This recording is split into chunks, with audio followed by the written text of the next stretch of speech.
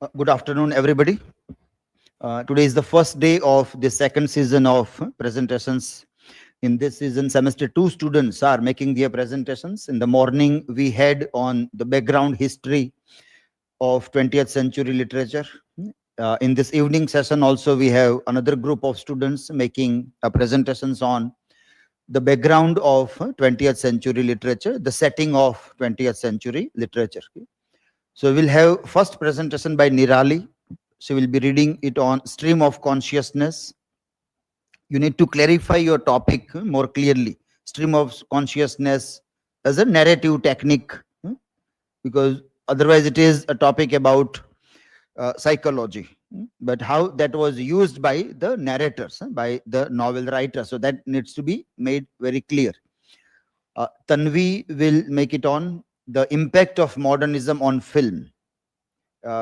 Only one film are you taking or many? If you're taking many, then films. Okay?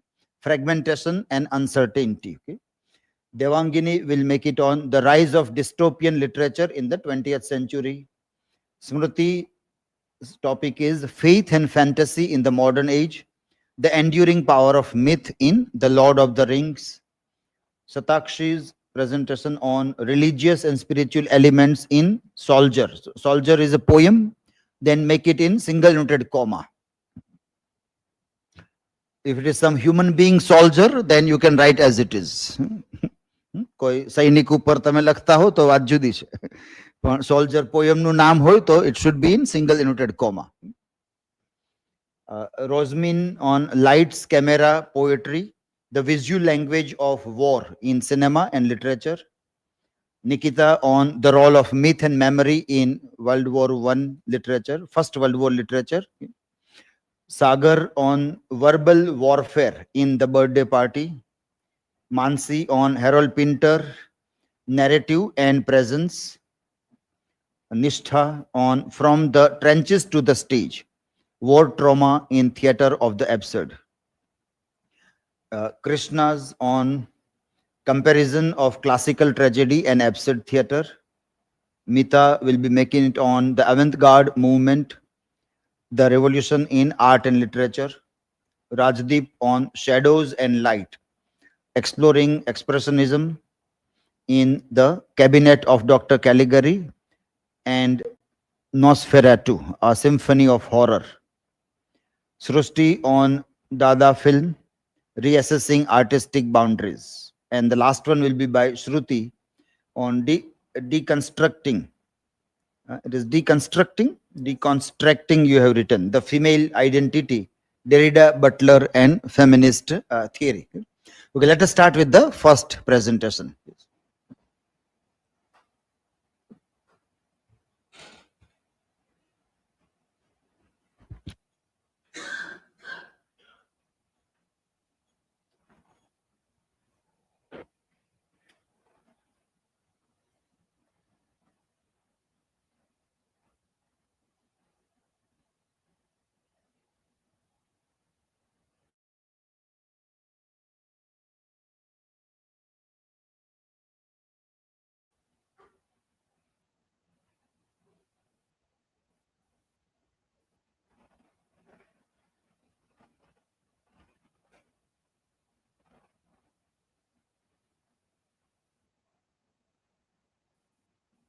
Good afternoon, everyone. I'm NIRALI VAGHELA. Today, I'm going to give presentation about stream of consciousness as narrative technique. This is my academic information, table of content, research question. To what extent does the stream of consciousness technique blur the boundaries between objective reality and subjective perception?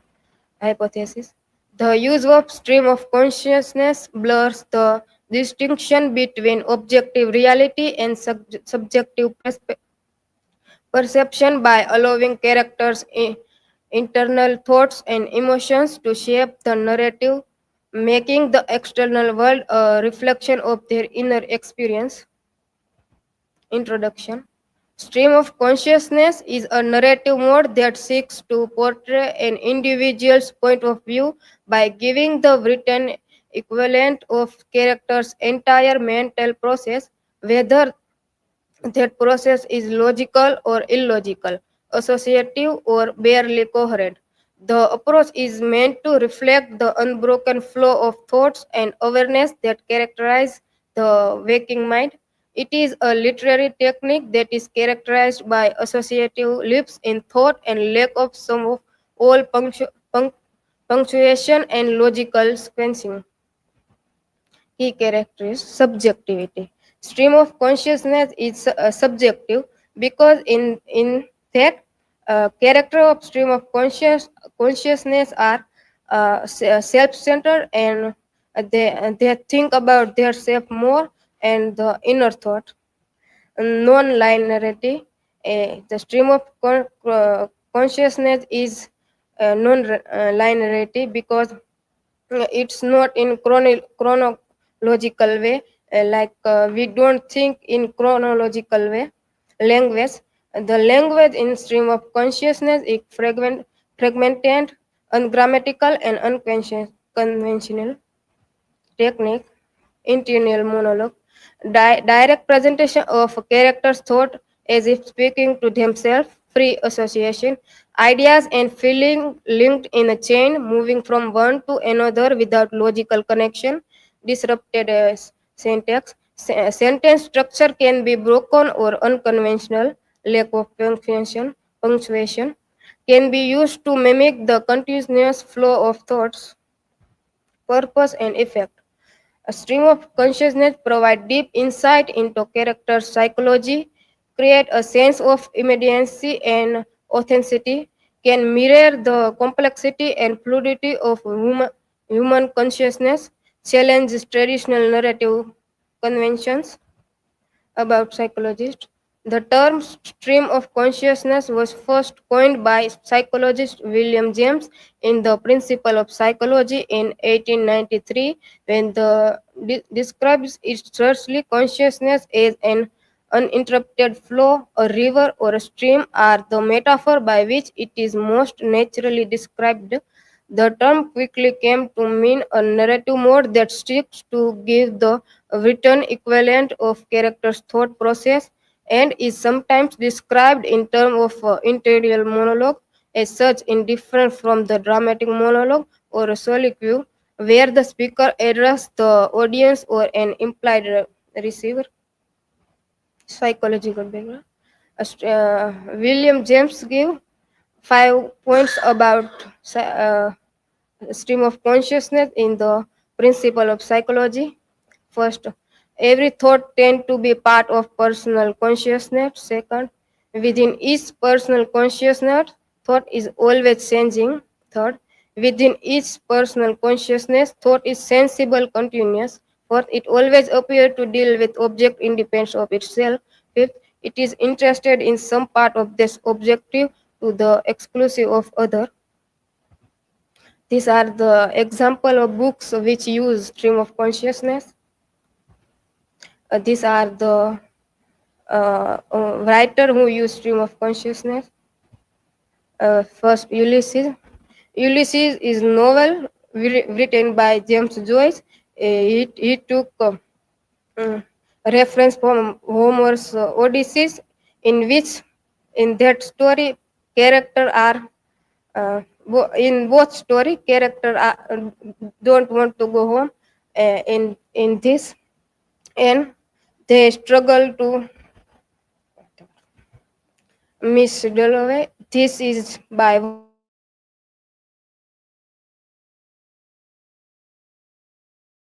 woman who belong to high society, and she struggled to maintain her life, and it's she beloved. It's by Toni Morrison. In this novel, Seth is main character, and she killed her daughter because someone is behind her. And conclusion. Stream of consciousness is literally a technique that portrays the continuous, unfiltered flow of characters' thoughts and feelings. It breaks traditional narrative structure, offering a more direct and fragmented view of mind often capturing memory, sensory impression, and subconscious musing.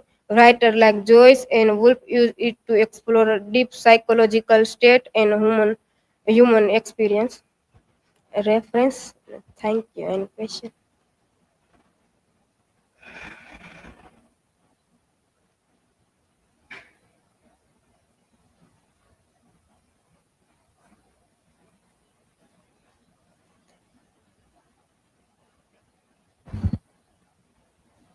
Hello.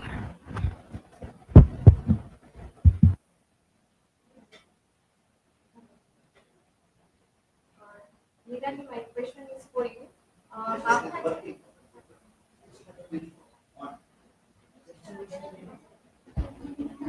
Hello. Hello.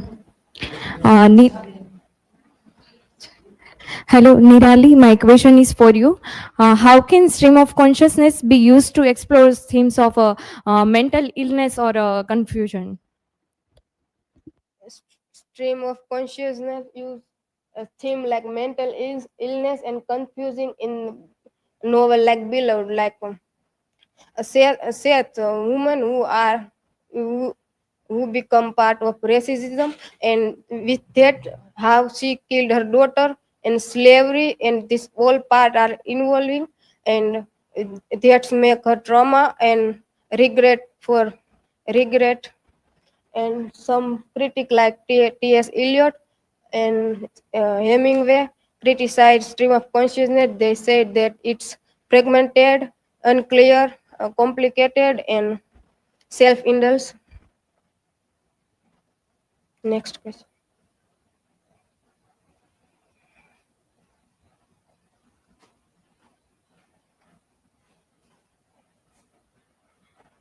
Nirali, my question is what is the difference between intermonologue and stream of consciousness? The difference between internal monologue and stream of conscience is that interior monologue is well structured, well grammatical, and use logical way, while stream of consciousness is not used in traditional grammatical and fragmented and unclear, complicated. That's it. Thank you.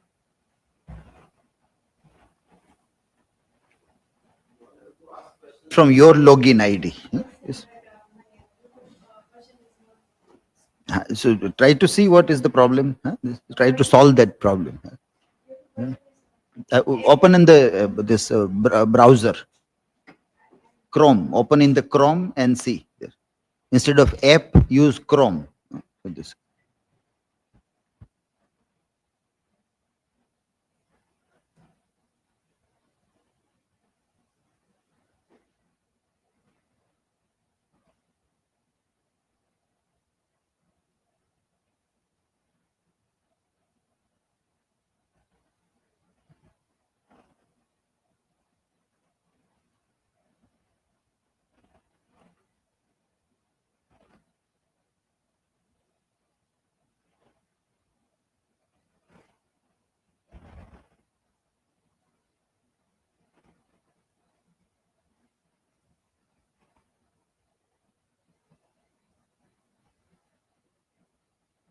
Hello everyone, good afternoon. I am TANVI MEHRA. Now I am going to discuss about the impact of modernism on films, fragmentation and uncertainty. These are my academic information, table of content. Research question for my presentation is to what extent did the narrative and aesthetic principles of modernism literature shape the evolution of cinematic language, subjectivity, and temporal disruption in 20th and 21st century films? Hypothesis of my presentation is modernist literary techniques such as the stream of consciousness, unreliable narration, and temporal disjunction directly influence the development of experimental cinematic structures, leading to a persistent legacy of fragmented storytelling and epistemological uncertainty in contemporary cinema. Introduction. Let's start with the one quote. The past is never dead, it's not even past. This quote is written by William Faulkner. This also influential to cinema. Modernism, a 20th century movement rejecting tradition and embracing experimentation, influenced by world wars, disillusionment, industrialization, rapid change, and existentialism, questioning reality. Modernist literature introduced fragmented structures, ambiguity, and new narrative techniques. These innovations influence film through non-linear storytelling, unreliable narrators, and experimental editing. This presentation explores how modernist literature shaped cinema and its lasting impact. So, what is modernism? Modernism was a revolutionary movement in literature and the arts during the 20th century that rejected tradition, forms, and embraced experimentation. It sought new ways of expression, breaking away from conventional storytelling and artistic norms. Key influences: world wars led to disillusionment and a loss of faith in traditional values, questioning human progress and morality. Industrialization, rapid technological and social changes shaped society, creating a sense of alienation and instability. Existentialism encouraged deep philosophical inquiries into meaning, reality, and identity, often reflecting uncertainty and ambiguity. Modernist artists and writers experimented with fragmented narratives, subjective perspectives, and unconventional storytelling techniques, laying the foundation of similar innovations in film. Key features of modernist literature. Modernist literature broke away from traditional storytelling, embracing new forms and techniques to reflect the complexity of modern life. Fragmentation. Stories and poems were structured in a disjoint, non-linear way, as seen in The Westland by T.S. Eliot. Uncertainty and ambiguity. Modernist works often lack clear meaning, leaving interpretation open, like Waiting for Godot by Samuel Beckett. And subjectivity and a stream of consciousness. Writers explore characters' inner thoughts and consciousness, as we see in Mrs. Dalloway and Ulysses. Rejection of traditional storytelling. Many narratives abandoned linear plots and embrace abstract experimental styles. These techniques greatly influence in cinema, shaping how stories were told on a screen. How modernism shaped film. Modernist literature introduced fragmented storytelling, ambiguity, and subjective perspectives, techniques that later influenced cinema.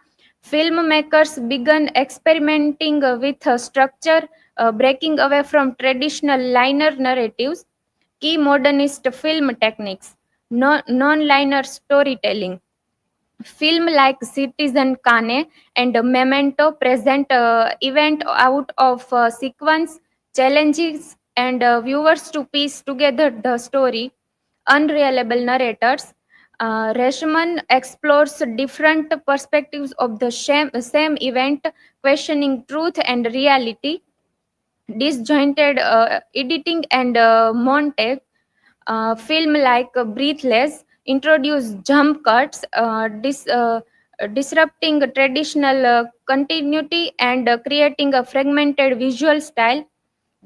These innovations redefine storytelling in film, making audience more active participants in interpreting meaning.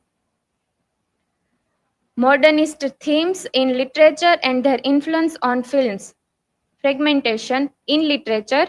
Modernist works like The Westland use disjoint narratives, shifting perspectives, and fragmented structure to reflect chaos and uncertainty. In film, directors like Jean-Luc Godard adopted similar techniques using jump cuts and montage sequence in films like Breathless to disrupt traditional storytelling. For example, in literature, we can take as examples The Wasteland by T.S. Eliot. This novel uses multiple voices, abrupt shifts, and allusion to different cultures and time periods.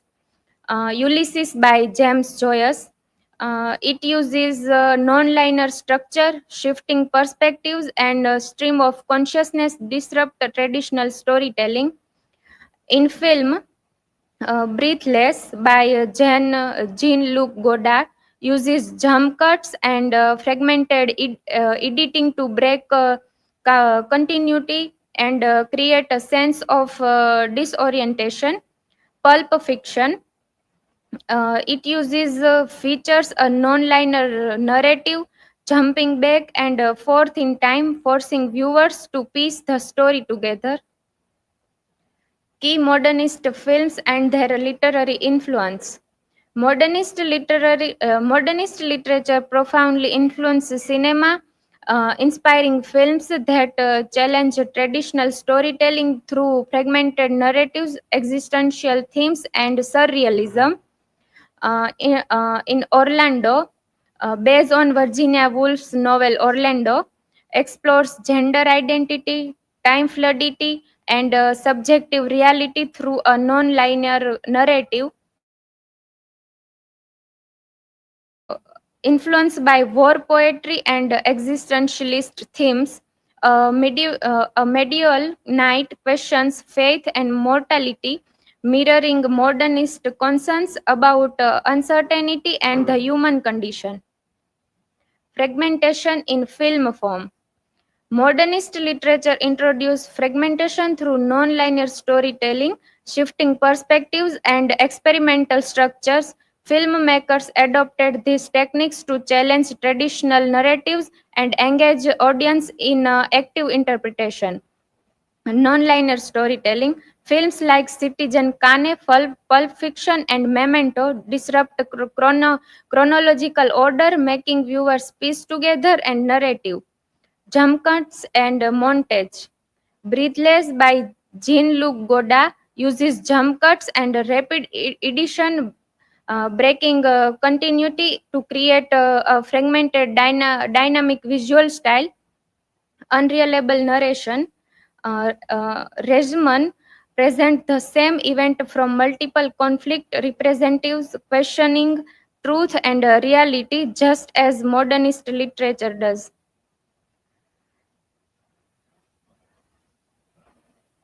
Uncertainty and the modernist mood in cinema.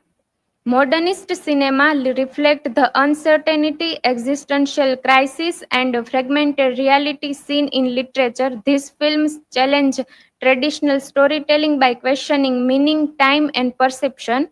War and existential crisis. Apocalypse Now explores chaos, moral ambiguity, and the psychological toll of war, much like modernist war literature. Absurdity and meaninglessness.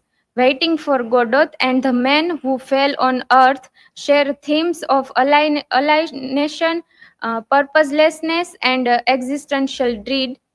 Disrupted time and space. Films like Inception manipulate time, memory, and perception, mirroring modernist experiments with fragmented narratives.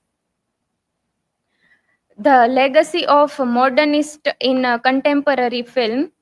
Modernist techniques continue to shape contemporary cinema, influencing storytelling, character psychology, and visual style. While some films directly adopt modernist fragmentation, others involve this idea into few norms like postmodernism, influence on postmodern cinema.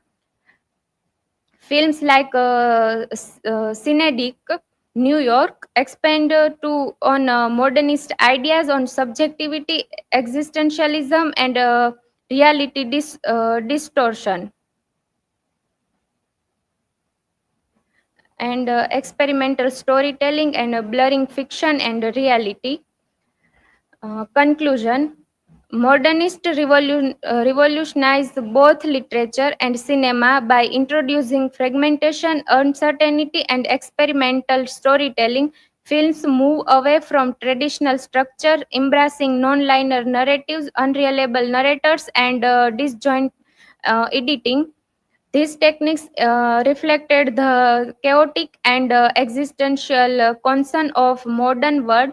Even today, modernist techniques remain influential in contemporary cinema. While some films continue to explore fragmentation and uncertainty, others have evolved into postmodernism characterized by irony, plastic, and self-awareness. This raises and important questions: is contemporary cinema still modernist, or has it transitioned into something new?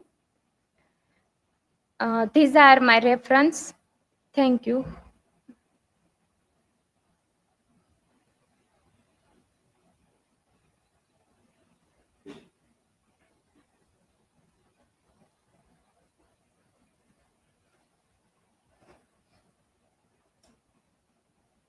Hello. So Tanvi, my question is for you. How has modernist cinema influenced the psychological thrillers and science fiction films? Yes. Modernist cinema influenced psychological thrills and science fiction films by using techniques like non-linear storytelling and focus on deep and unreliable showing showing some point of view to make things more uh, uh, more explore.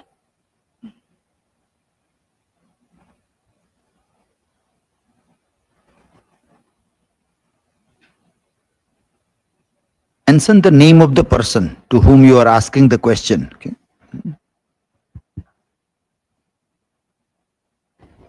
My question is, how does modernist cinema require a more active role from the audience compared to classic film?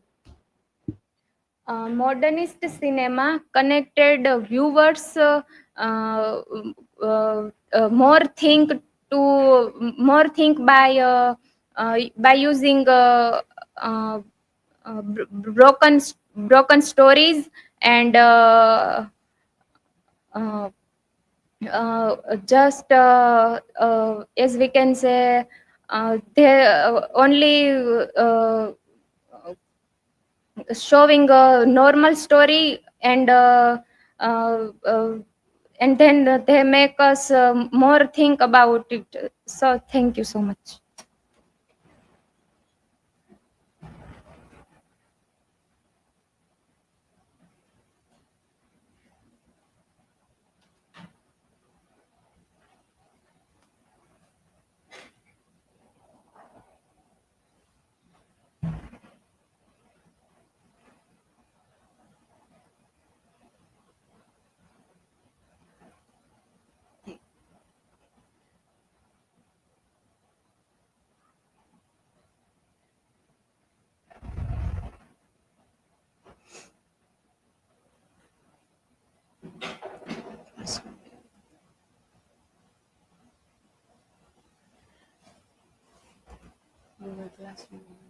Google Classroom at the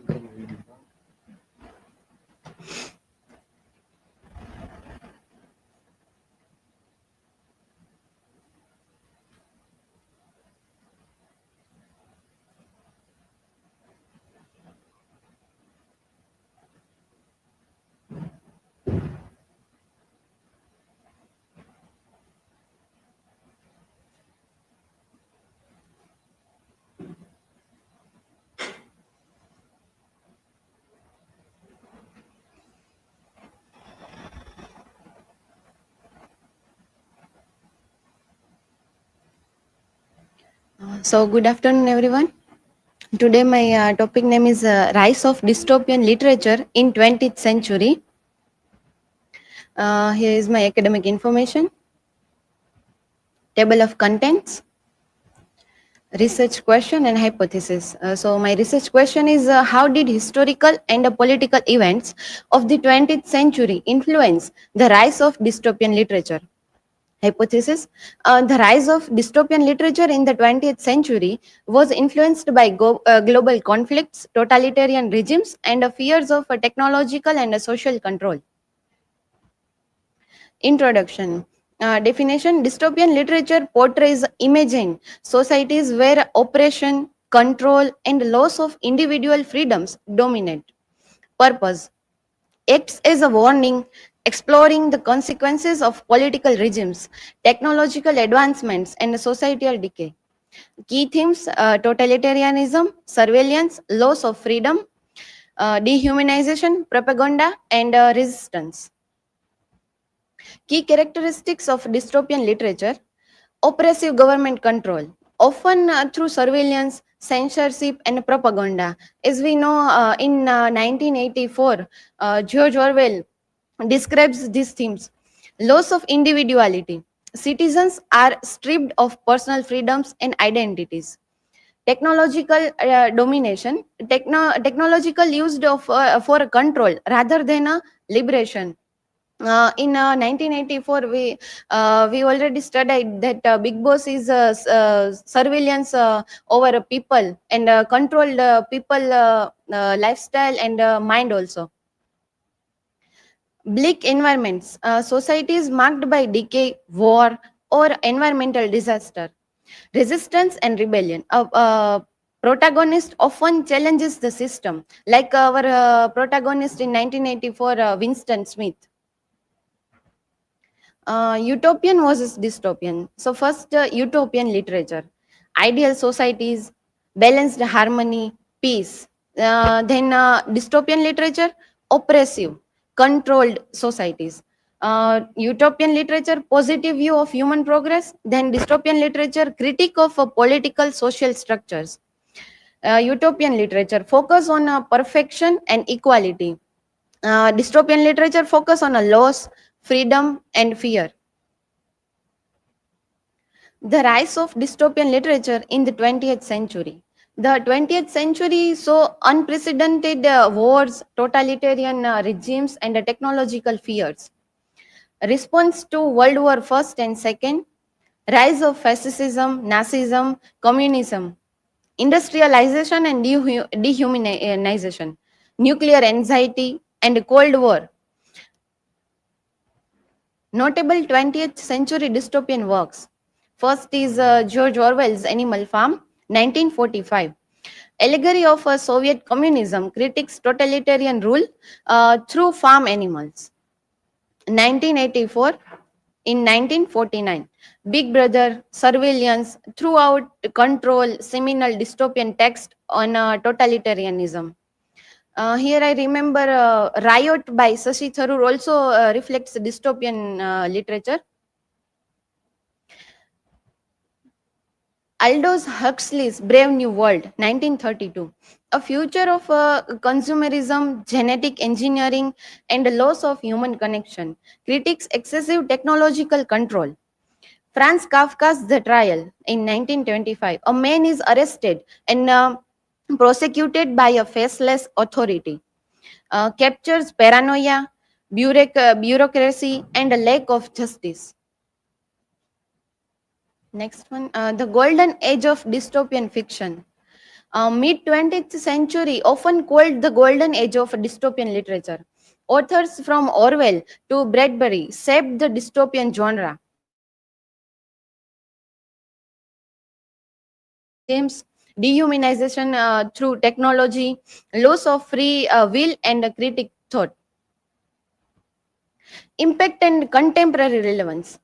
Modern dystopian in film The Hunger Games, Black Mirror draw from these classics. Themes still resonate: government surveillance, environmental collapse, media manipulation. Dystopian fictions continue to question power, freedom, and ethics. Here I remember Chandrakant Bakshi's one poem, which also we can connect with 1984, our novel by George Orwell. His poem is in Gujarati. સરકારને કરોડ મોઢા હોય છે પણ એક આત્મા નથી હોતો. So we can connect this poem with our novel 1984 by George Orwell. Conclusion. 20th century dystopian literature emerged as a reaction to global crises and authoritarian threats. These works remain warnings and a reflection on society's potential futures. The genre enters as a critical lens through which to view modern technological and political developments. Here my references. Thank you. Now you are free to ask questions.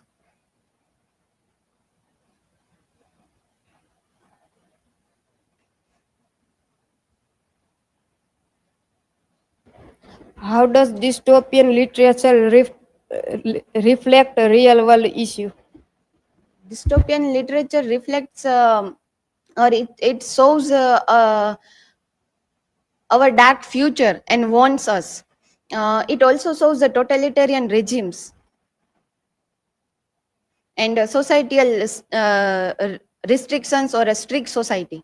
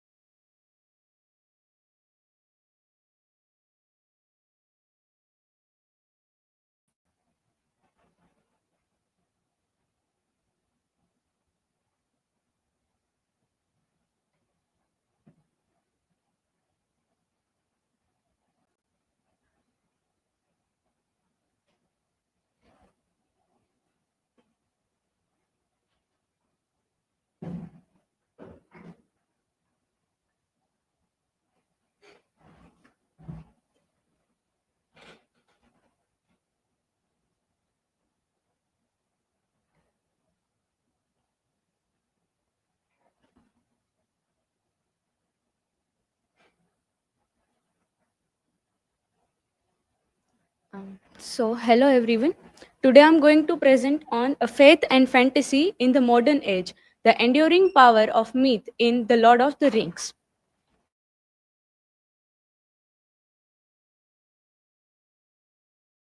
Is how does J.R.R. Tolkien's The Lord of the Rings integrate religious themes and mythological structures to address existential and philosophical concerns of the 20th century?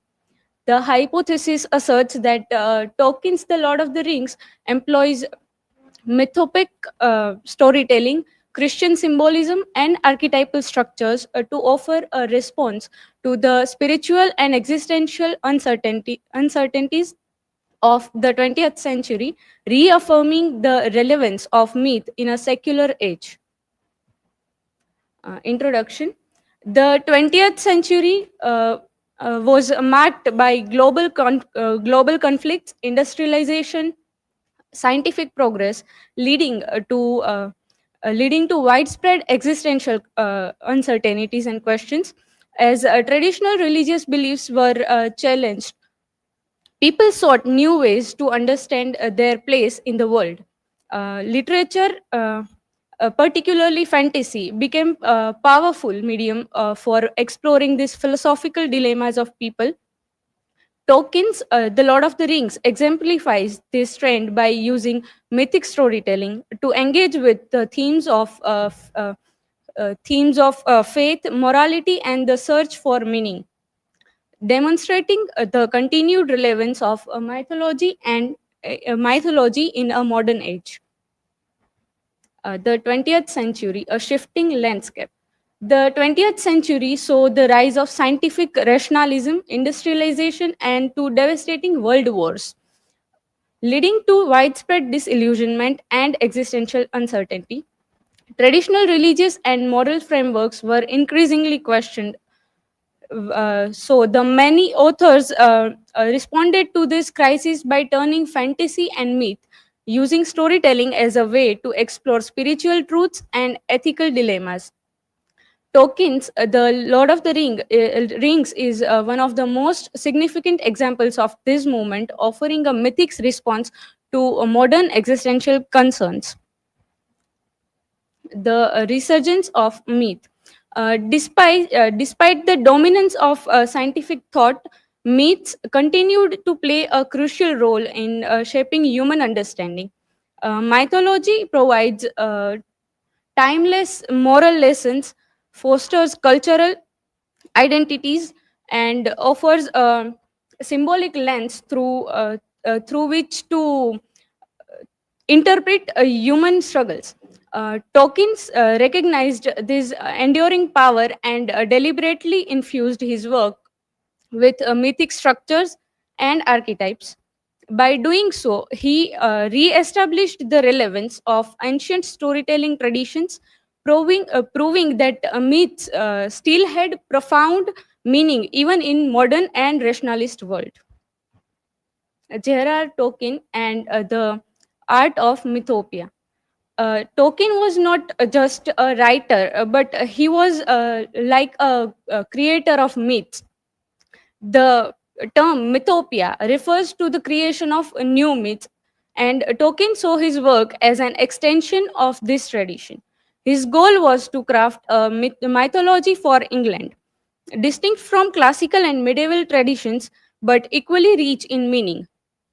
Unlike mere retellings of existing myths, The Lord of the Rings creates a wholly new yet familiar mythic world filled with archetypes, symbols, and moral lessons that resonates across cultures.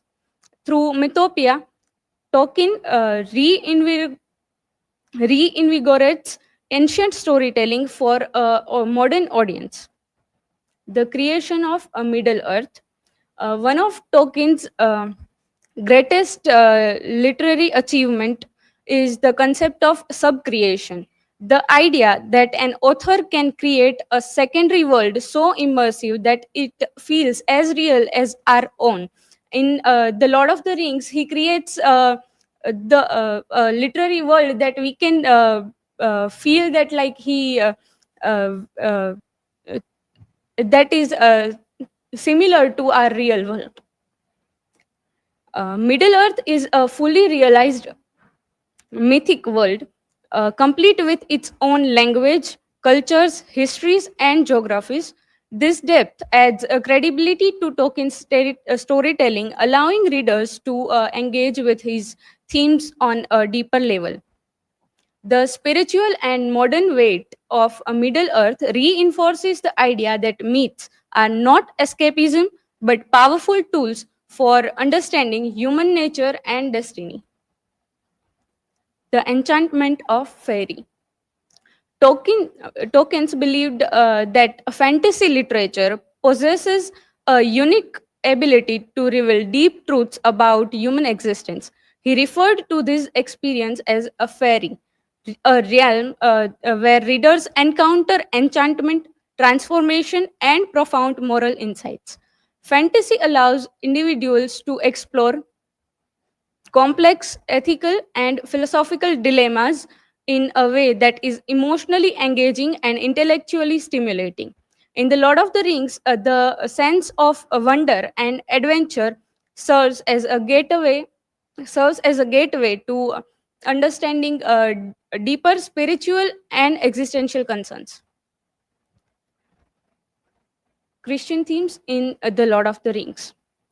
Although The Lord of the Rings is not a direct Christian allegory, it is deeply influenced by Christian themes and moral structures of it.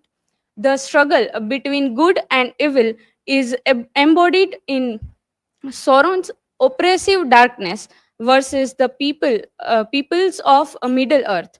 The themes of sacrifice and redemption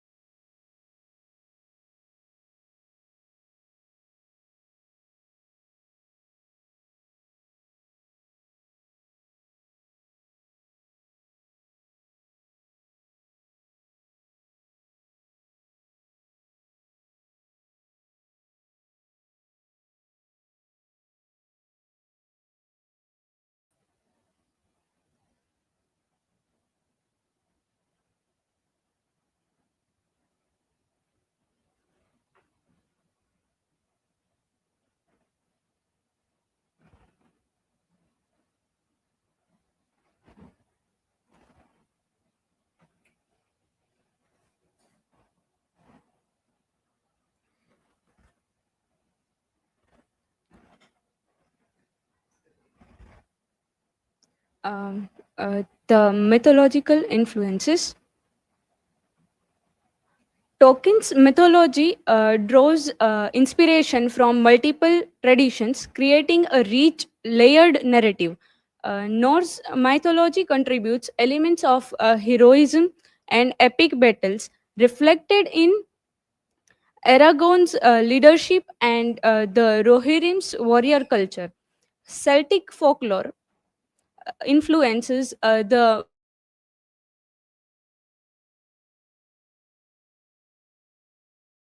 Lothlorien and Elvis' ethereal presence.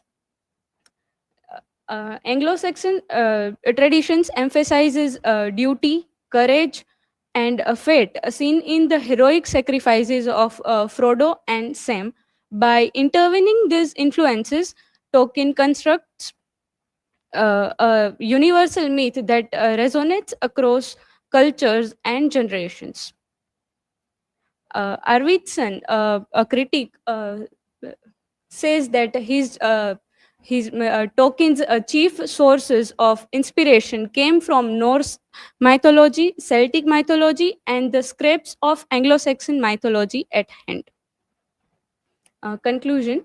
J.R.R. Tolkien's The Lord of the Rings is more than a fantasy epic. It is a modern myth that blends religion, philosophy, and mythology to explore timeless human struggles. Through Mythopia, Tolkien revived ancient storytelling to address themes of good versus evil, fate versus free will, and the search for meaning in a rapidly changing world.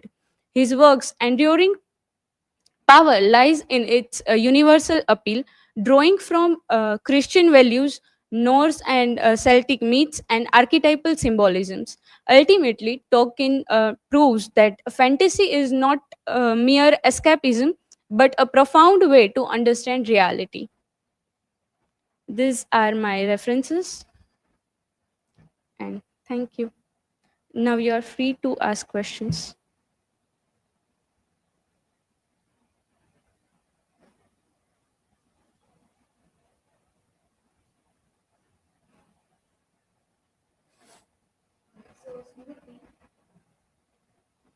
So, Smruti, my question is what are the parallels between Tolkien's mythology and historical events? Um, the Tolkien's world reflects the impact of World War I and World War II both. And the we can see the devastation of Middle Earth mirrors the war torn Europe, and the One Ring that is in the Lord of the Rings. It symbolizes the corrupting nature of absolute power that we also can see in historical events that contains the totalitarian regimes. Next.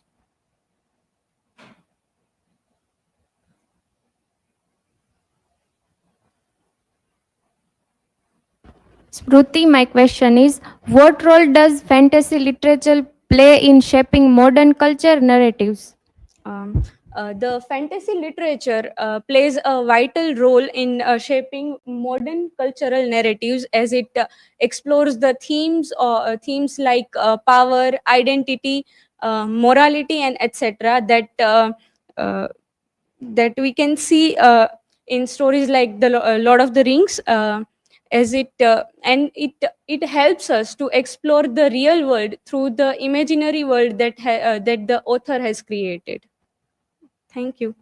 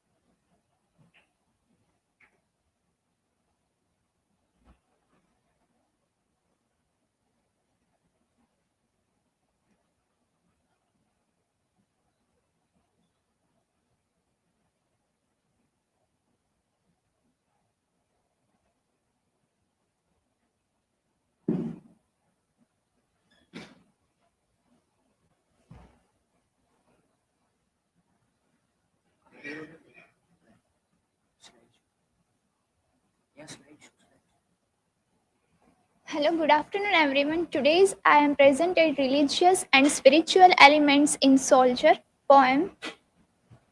This is my personal information, table of content, research question and hypothesis. Research question: how do religious and spiritual beliefs influence a soldier motivation and sense of duty in combat?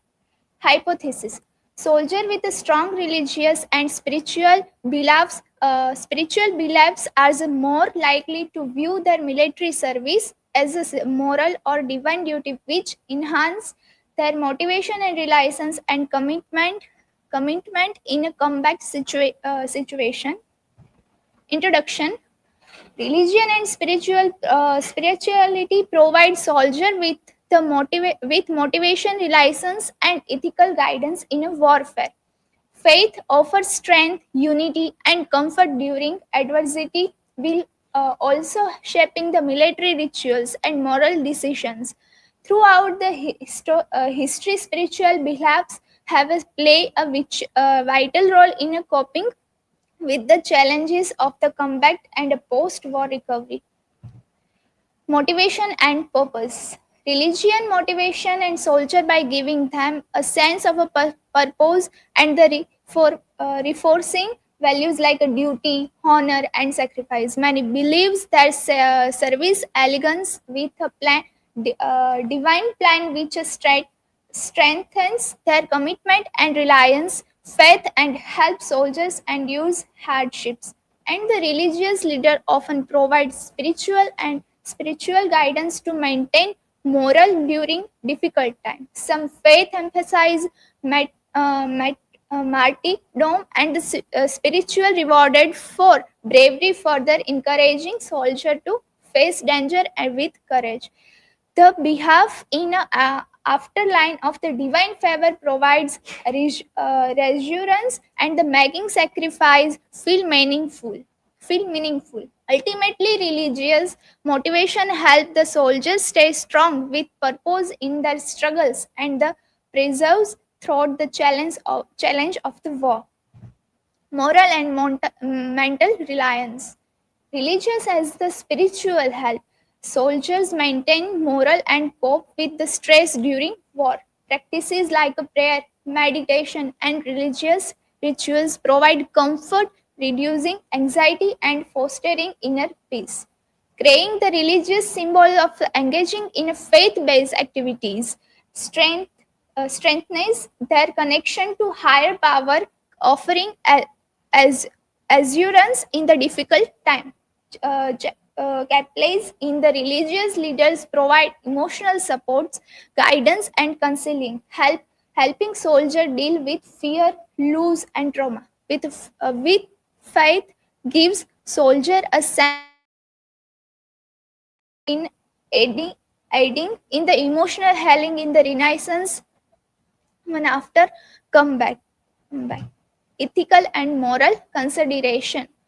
Religious teaching shape the ethics of the war, guiding when and how conflict without be fought. Concept like a just war theory in a Christianity and jihad is a Islam emphasize justice, restraint, and the minimize harm. Many faiths stress mercy and human treatment in warfare. Soldiers are encouraged to avoid unnecessary violence, treat prisoners with dignity, and uphold ethical conduct even the better.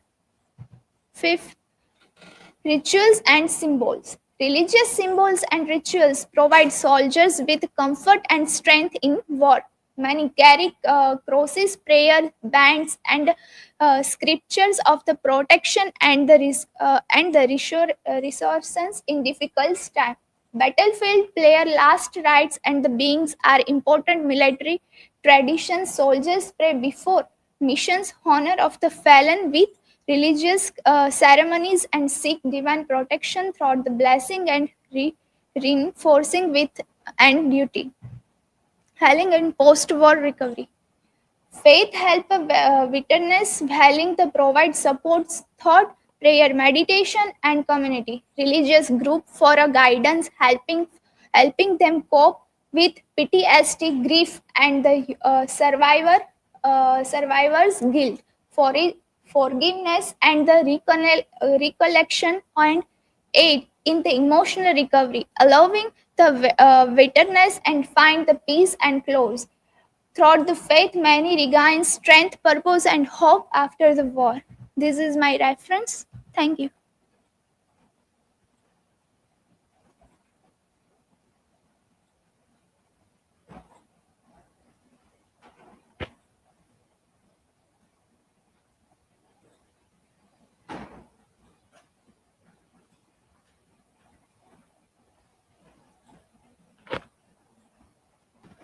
Satakshi, my question for you is, in what ways do religious beliefs help soldiers cope with the challenges of military life? Religious beliefs help to soldier cope with the challenge of the military life, like hope and comfort and the sacrifice and morality.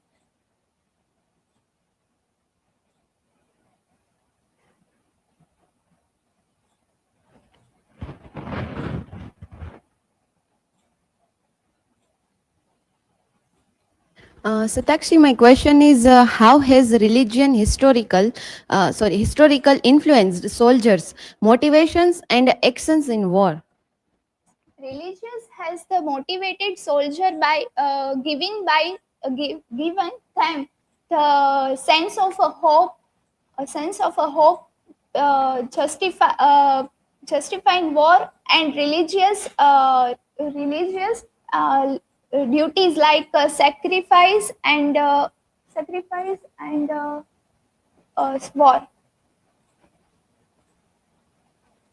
So thank you.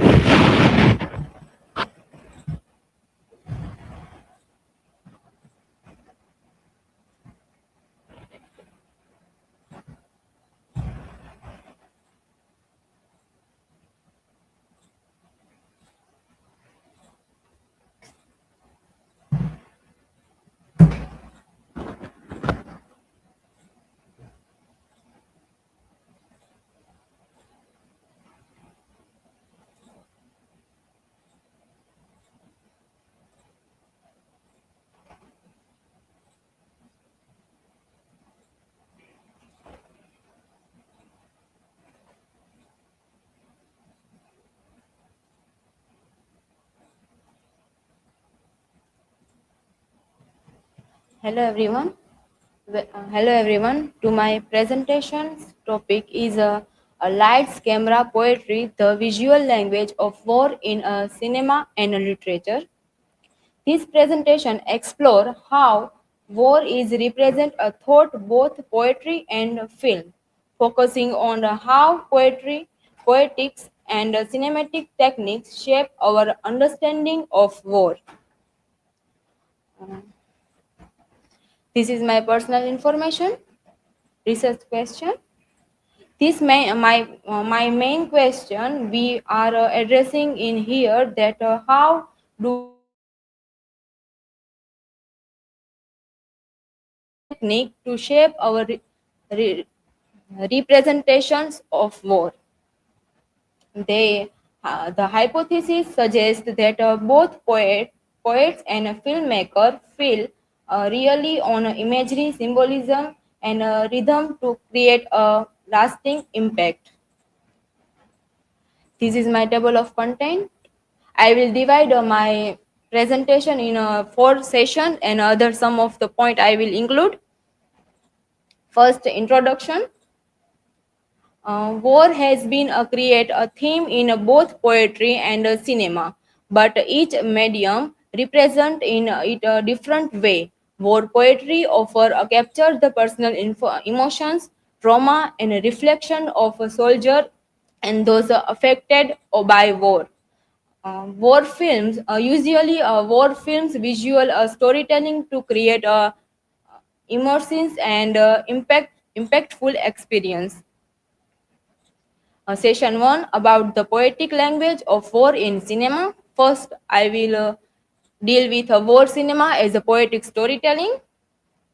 War film use a cinematic technique to create a poetic presentation of war. Cinematography play a key role with a symbolic use of light and shadow to reflect a mood. Editing, juxtapose battle sequences with a moment of silence, enhancing emotions, impact. Symbolism is also used where object and color carry a deeper meaning. For example, the movie The Think Red Line, they connect a philosophical reflection, thought, a visual, and the second, the 1970 war is a continuous journey and a mooring a poetic structure, and the apocalypse now about the war as a surreal poetry. Poetic elements of the war film. Several poetic elements apart in the war films, lyrical narratives, metaphorical imagery, rhythmical editing, and music and sound as a poetry. They both reflect uh, they they are reflected as an element of the war film to create a philosophical and metaphorical as a rain, breed, and some of the darkness. My session 2 about the war poetry and poetry, the First World War and their film continues. First, Robert Brucken, The Romantic Idealism of War. His famous work, The Soldier, reflects a romanticized and a portrait a view of war, glorify a sacrifice for one's country. This is similar to early war film like Gallipoli, which depict a young soldier as heroes during the early years of World War One. Many believe that in the noble duty of fighting, and that part connected to the Robert Brucken's poetry capture, and these sentiments also hurt. Second, Wilfred Wilson Gibson, The Moodness and a Buttered Side of War. Gibson's poem, Breakfast, present a war thought everyday moment, emphasize how death can come suddenly during a seemingly ordinary situation. This is the reflected in the film like a 1970, show the soldiers in their everyday reality before a battle, and the other all quiet on the western front, the connected to the climb before a distinction. Wilfred Owen, the horror and futility of war. His famous work, Dewey's at Decorum's East, explores the horror of war and contentment, the idea that during for one's country to honorable. His poetry challenged a patriotic protagonist, much like Saving a Private Brain, which present the show the raw which present the raw of the show. And 3 about the war poetry of the Second World War and their film connection. First, Keith Douglas, The Brutality of the Killing. His famous works, also his famous poems, explore the emotions of the soldier, reflecting on the enemy he has killed, highlighting the theme of dehumanizations and the regret. This is similar to the movie Dunkirk. The enemy is rarely seen, emphasize the horror of war. Second, Elun Levish, The Soldier's Mental State. Levy's poem, The Last Inspections, delve into the philosophical impact of war, showing the existential and the existentiality dread the soldiers face before a battle. The film connected like the heart locker, the soldier internal struggle, and the apocalypse now to the connected to the slow unrealizing of the mind of war. Sidney Keyes, The Rule of the War Poets. His famous work, War Poets, connected to the themes like themes of the poet as a witness of the destructions, is connected film like a Think Red Line, Soldiers as a Philosophical War. My session 4 about the comparing war poetry and war cinema. Uh, uh, in this presentation, in this slide, I will compare war poetry and also war films as a medium, perspective, themes, and an example. Firstly, that war poetry was used the medium of words, rhythm, and imagery, and presentative, the personal, deeply interpretative, and themes. He used the themes.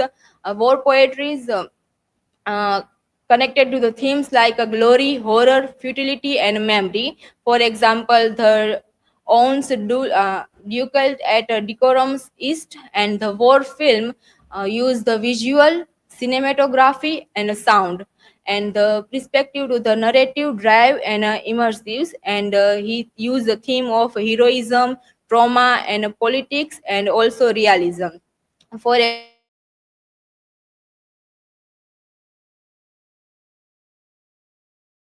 women's perspective on war are overlooked.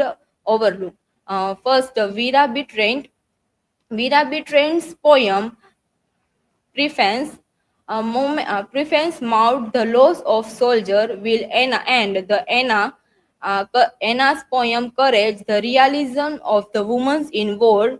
This connected as two films like Autonomies, and the Autonomies was about the war's impact on love and women's lives, and the testament of the youth based on the Vera Betrain's memories. The impact of war poetry on war films.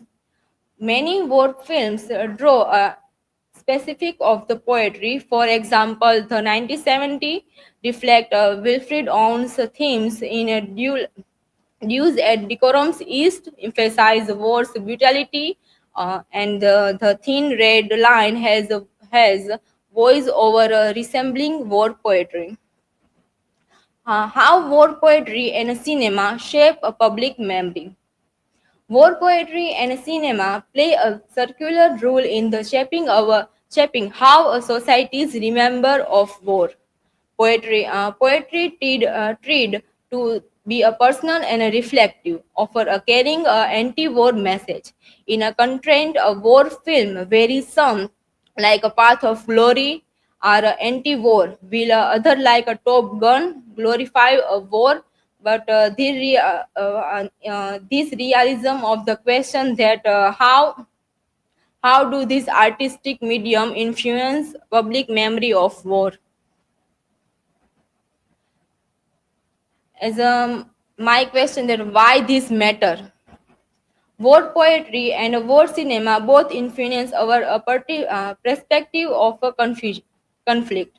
Will they use a different artistic tools, they evoke a similar emotional response. War narrative continue to but their poetic incense remind us shaping how we view history and war's consequences. To conclude, I leave to you with two powerful quotes. First, all a poet can do today in war is write a poem about truth. And the second, film is a truth 24 times seconds given by a filmmaker Jean-Luc Godin. They emphasize the cinema's ability to capture a war's emotions and a philosophical depth. That is my reference. Thank you. Do you have any questions?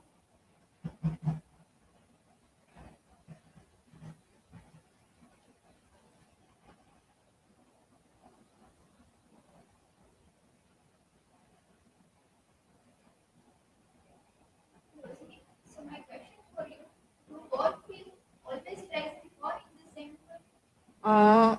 I think no, because some of the war film present into the horror, and some of the glorify the heroism also, and sometime we show the very darkness of the war. Thank you. And second.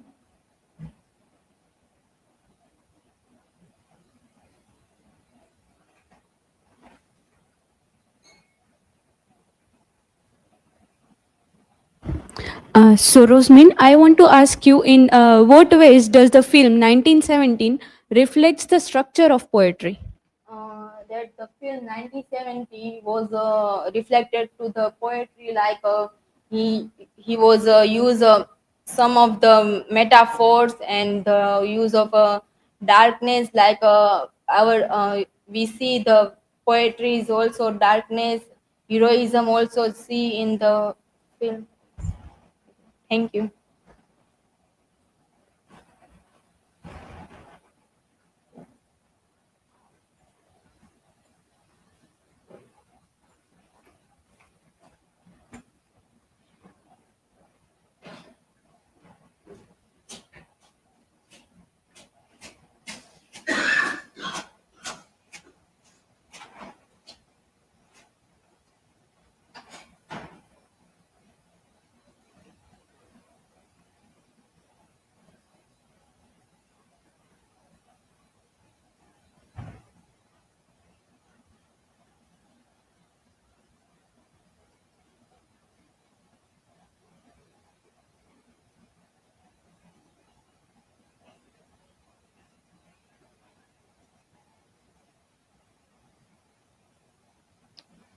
Good afternoon, everyone.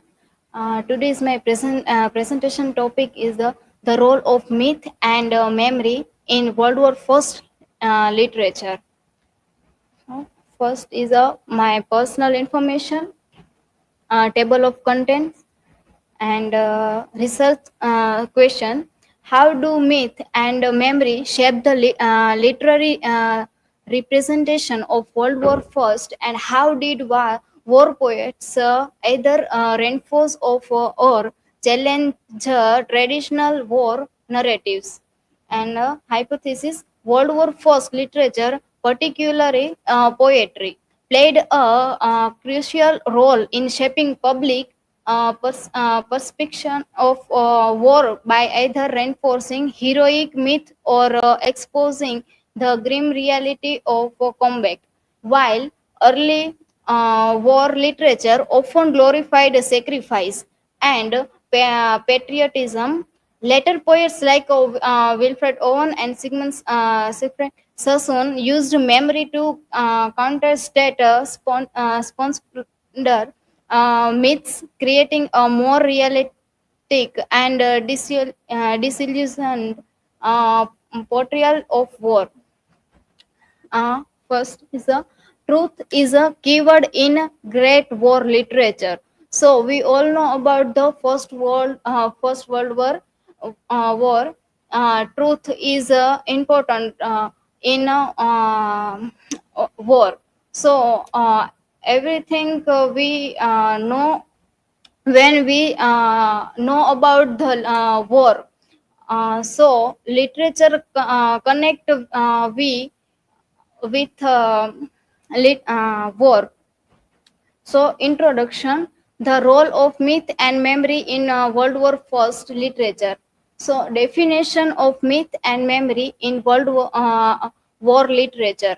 Myth: the use of symbolic narratives to glorify, justify, or explain war experience. But memory: how personal and collective recollections of war shape its literary representation. And why these are important? So myths shape national identity and war narratives. Memory allows poets to reconstruct and reinterpret war experience, sometimes in realistic and sometimes is idealized ways. So, common theme in First World War literature: the heroic myth versus the reality of war, idealized versus realistic portrayals of a soldier. Second is the gap between public memory and soldiers' experience. So here we can see the gap between public memory and soldier. Both are different when soldiers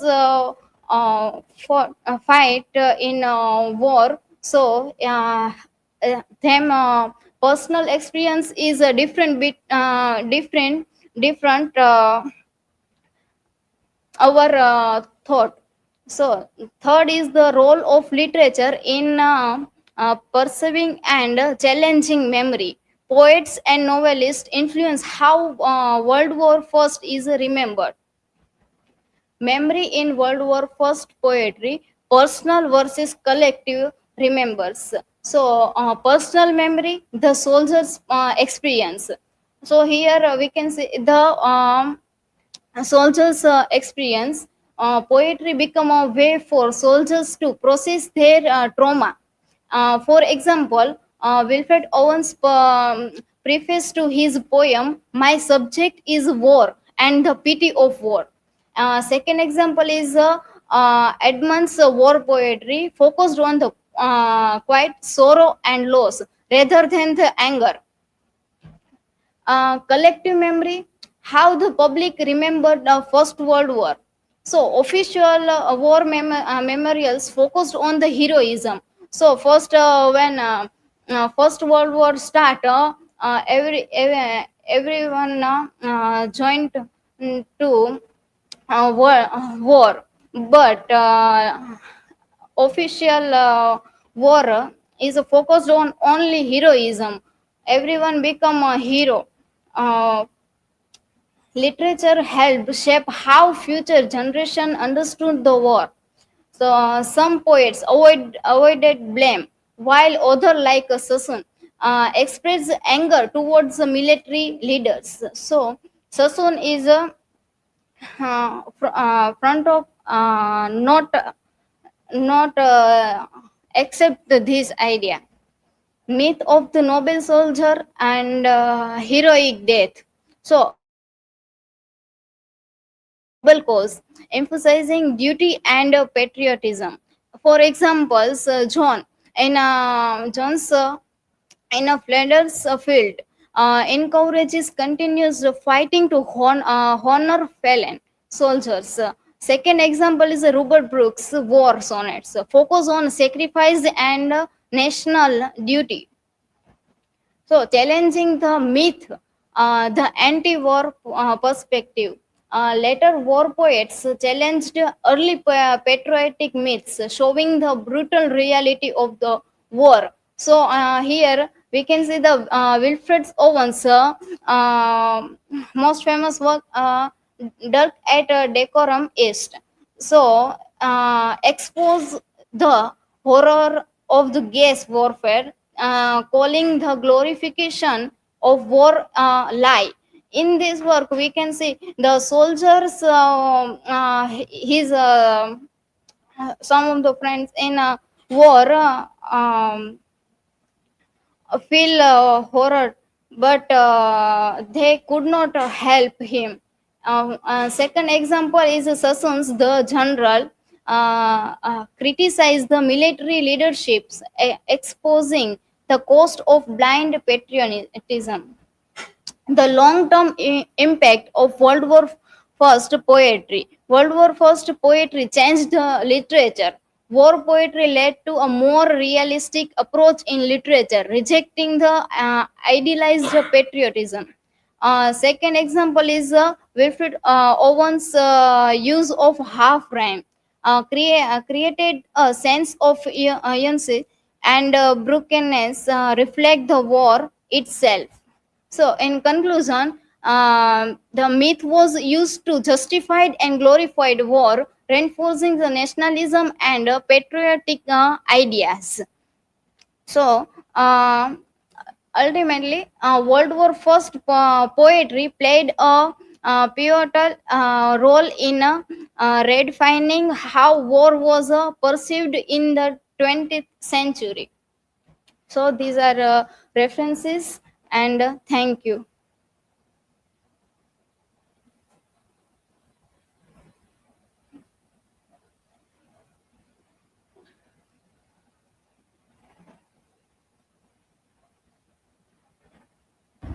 So my question for you, Nikita, in what way does literature influence collective memory of World War One? So, by presenting raw soldiers' experience, it receptions challenging official, it sanitized account of the war.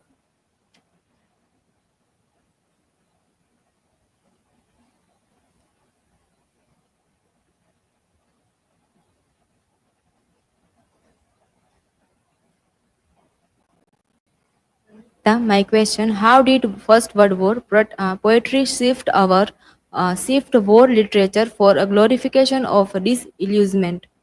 So, early poetry, uh, the early poetry is glorified, sacrificed, but later poets like Owen and Sassoon expose war brutality, uh, but replacing the patriotic myth with a harsh reality. And thank you.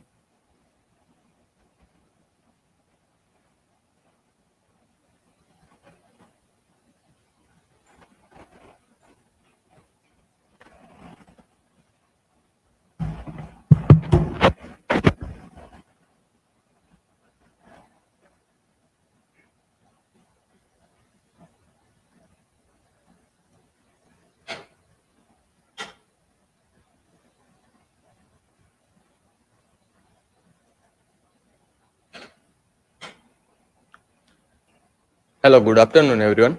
Today, my presentation topic is verbal warfare in the birthday party. This is my personal information, table of content. My research question is how does Warner Pinter use verbal manipulation and silence in the birthday party to create a tension and psychological conflict? And hypothesis is Pinter use of fragmented dialogue, silence, and a contradiction in the birthday party intensifies the play's atmosphere of menace, reflecting the instability of identity.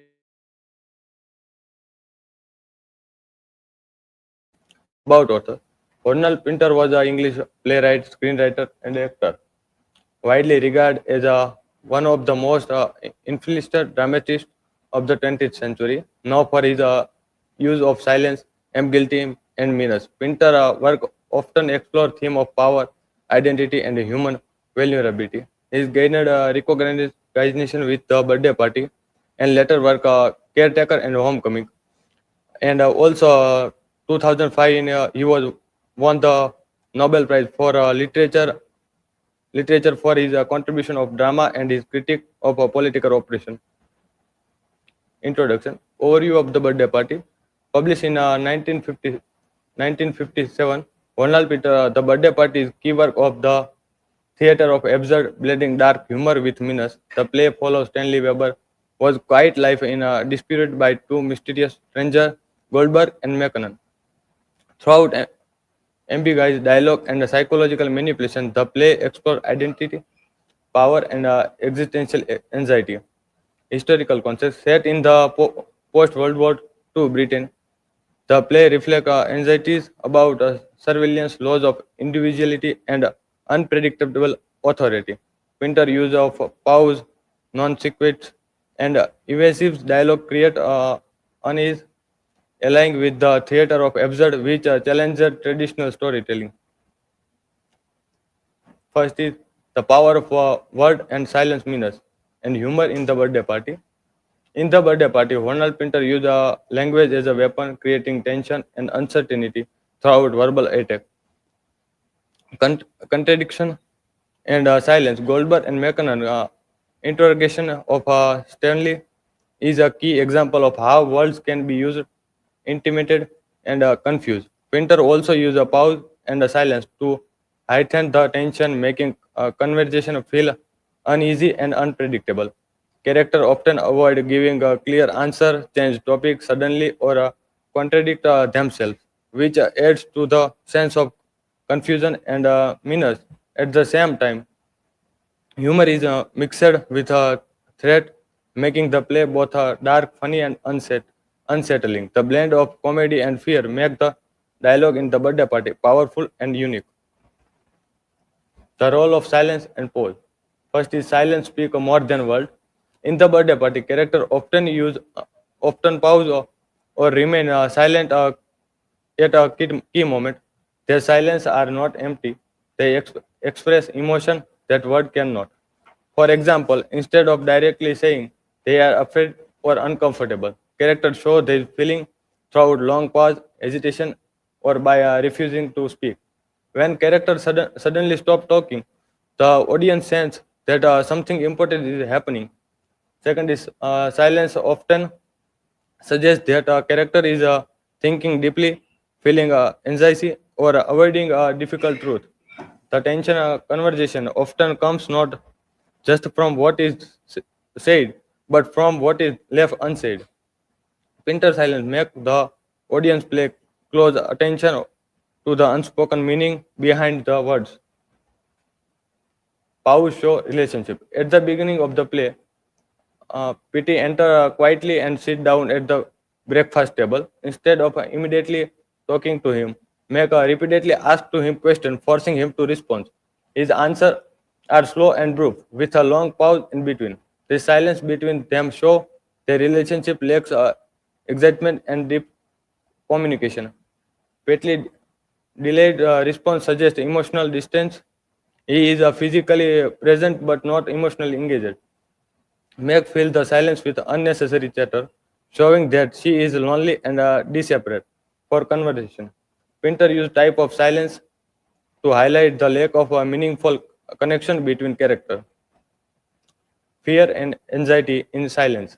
One of the most powerful use of silence is in the birthday party is when Stanley react to Meg mention of two visitors. When Meg tell him to two men are coming, Stanley suddenly pause before responding. His silence reveals his inner fear. He knows something about this man and it is terrified of their arrival. Instead of immediately expressing his fear, he hesitates, showing that he is processing the information and considering how to react. This moment is critical because it hints to that Stanley has a past he went to hide. His silence suggests that the visitor bring danger even before he say a word about them. Fourth is silence and denial. At the end of play, Meg, despite everything that has happened, clings to the illusion that she was the belle of the ball. She paused before repeating, "I know I was." This silence suggests that she is trying to convince herself of something that may not be true. It shows how people use silence to avoid reality. Meg does not wear a mask to hide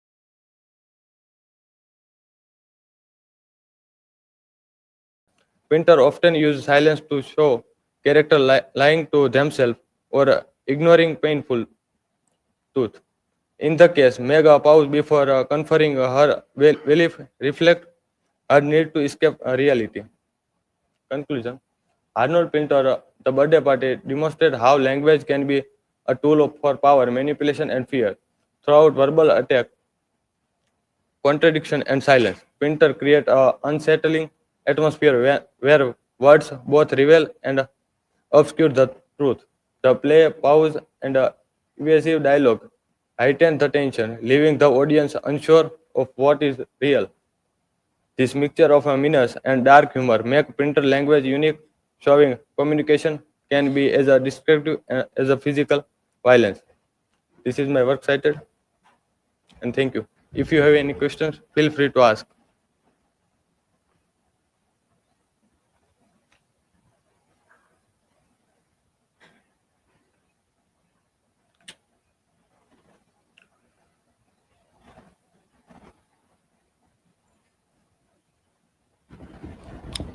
So my question is, why do characters forget or change memories in their talks?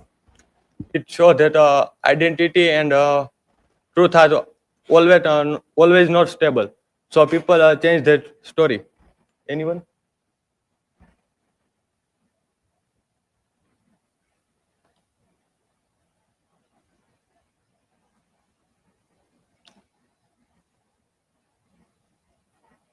question: how does the play's confusing talk affect the audience? It's make the audience level unsure. So just like character adding to the tension. Thank you, everyone.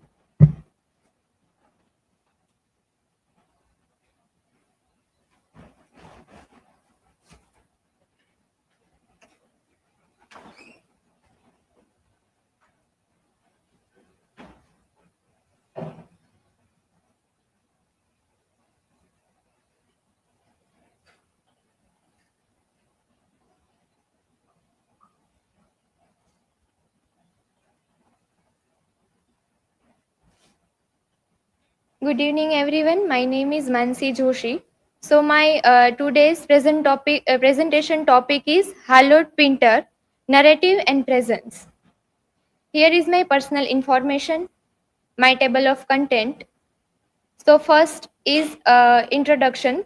So my topic is based on one article which is written by Alice Rayner. So in this article, I came up with this idea that how Hallowed Pinter's play break down the usual way of storytelling in drama.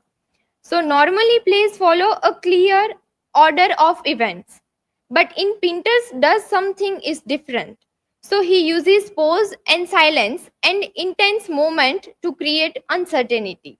Instead of moving smoothly from one event to the another moment, Pinter play focus on what is happening right now. And for Pinter's play, audience have to engage with thoroughly to line by line.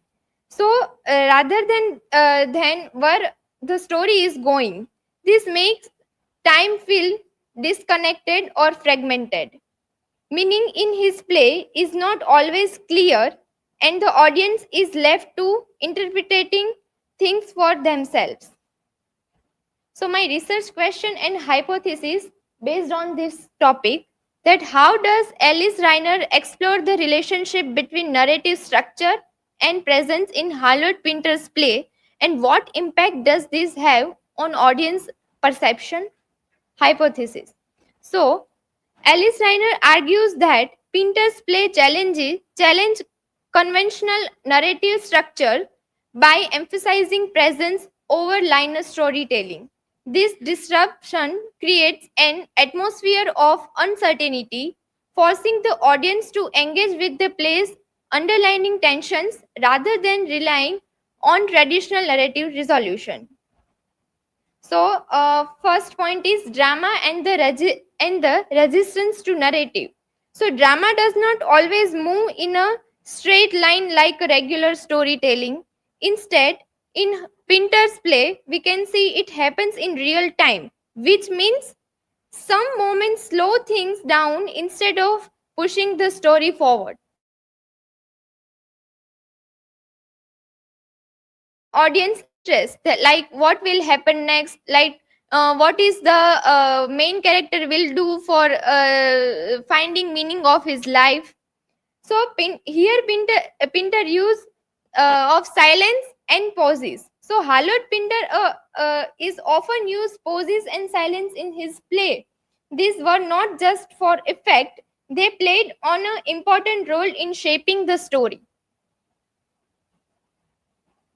Next is narrative, desire, and significance. So the desire makes the story happen. Like stories are driven by a character wants and needs. Without desire, there would be not a reason for unfold true story.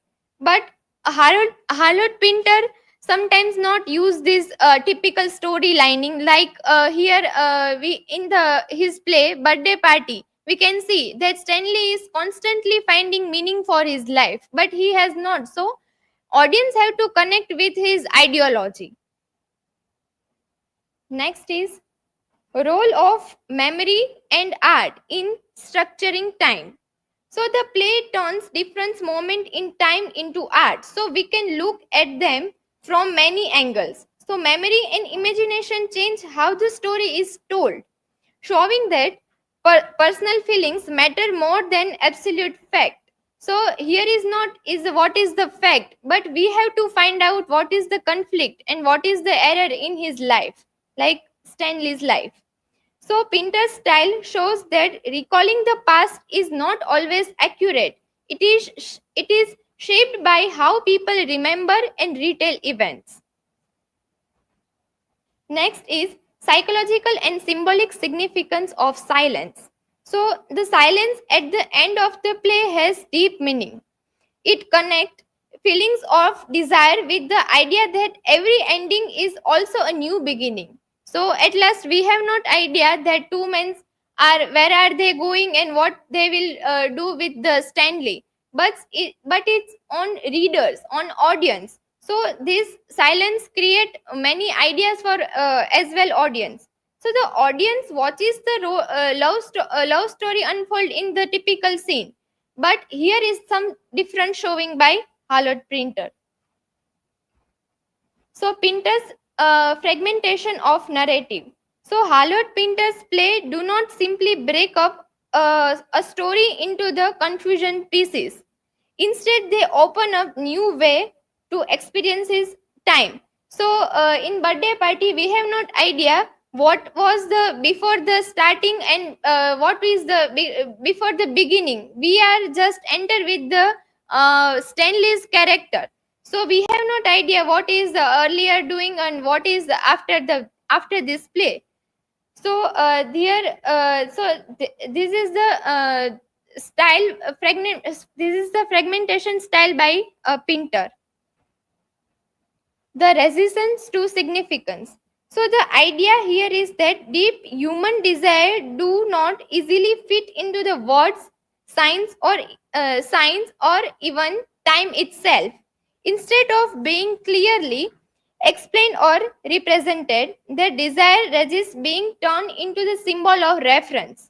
So here Hallowed Pinter not just give us a direct symbol, but we have to find out that just describing events that happen in time, a performance actually creates and shapes time for a audience. So this story actually shape us audience. We have to find out. So this is give shape to audience.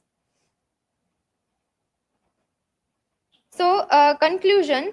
So here Alice article on Hallowed Pinter narrative and presence talk about how Hallowed Pinter's play creates a special feeling using silence and pauses.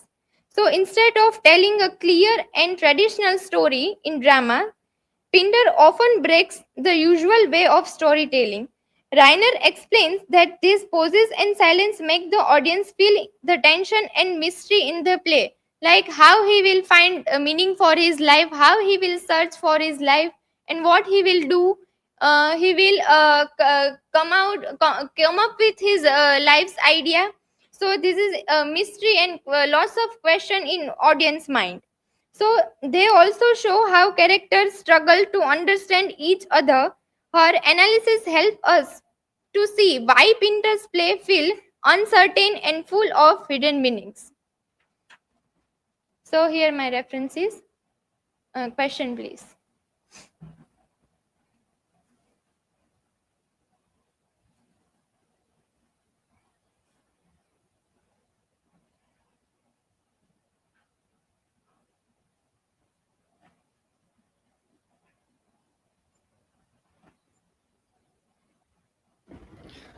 So my question is, how does Harold Pinter's dramatic style in his play illustrate the subjective nature of memory?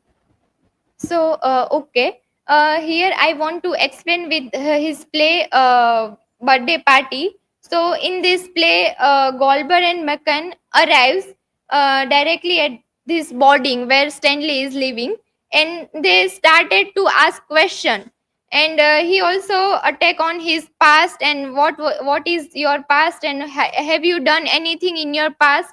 So it's like a audience have not idea for what is that actually happened or not.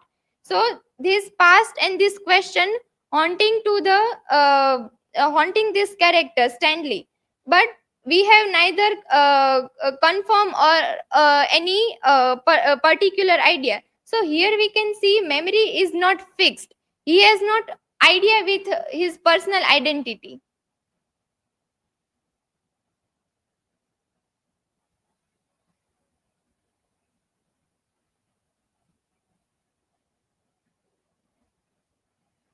See my question for you. Why is desire important in drama? So mostly in a traditional way, desire is unfold the story. If hero have some need and wants, so he constantly try out to reach at his aim. But in Pinter's play, we can see that Stanley has not any need and any wants and not any idea that how he will handle his life. So mostly if desire in the play, it helps to reach out some resolution and some solution. But here character is in confusion.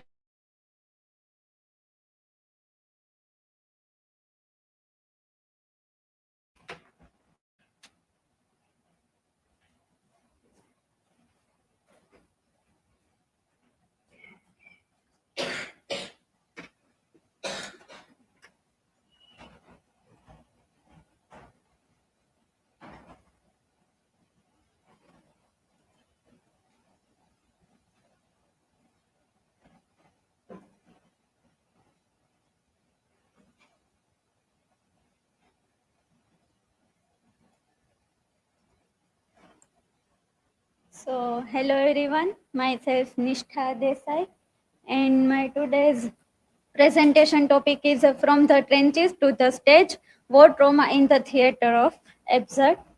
These are my academic informations, and these are table of contents. Here, hypothesis and research question is how does theatre of absurd represent the psychological impact of war trauma through the fragmentation narratives, absurdist technique, and disoriented characters in the play Waiting for Godot and the Birthday Party. First of all, let's begin with introduction. So we all know that the horrors of World War I and World War II deeply influenced literature and drama, giving rise to theatre of absurd. World War I and World War II leads people to theatre of absurd because the fragmentation chaos of both the world wars, the writers improve the skill of theater of absurd writing style, and there are some playwriters like Samuel Beckett, Harold Pinters used the fragmented dialogue, uncertainty, and existential themes to reflect the psychological impact of war. And in the both the play Waiting for Godot and the Birthday Party, we will see how the fragmentation of and chaos of war used by both the playwright. So understanding what trauma means the deep psychological and emotional response to distressing or life threatening events. It can result from war, violence, loss, or personal hardships, often leading to long term effects such as fear, anxiety, and post traumatic stress disorder. And psychological effect of war trauma. War leaves soldiers and civilians with lasting emotional and mental scars. And in the survival of guilt, we can notice that soldiers uh, felt guilt after the war. In the one of the novel, we familiar with this, an artist of the floating world. In that novel, one of painter who increased the soldiers for fighting war. So after that, he has guilt what he did in his past, and also we can notice that one of singer committed suicide in that novel. Then post-traumatic stress disorders and the theater of absurd. Absurdist play reflect the mental disorientation of post-traumatic stress disorder victims and characters in the Vladimir and Estragon, and in the Birthday Party, Macon, Goldberg, and Stanley. In the Stanley he in the last he was visionless and also voiceless because of Stanley's psychological harassment, mental harassment, and the cultural and literary reflection. Literature and drama use fragmented narratives to express the chaos of post-traumatic stress disorders. War trauma has shaped modern theater, creating stories that highlight the absurdity of suffering and survival. So, what is the theater of absurd? Now we all know what is the theater of absurd.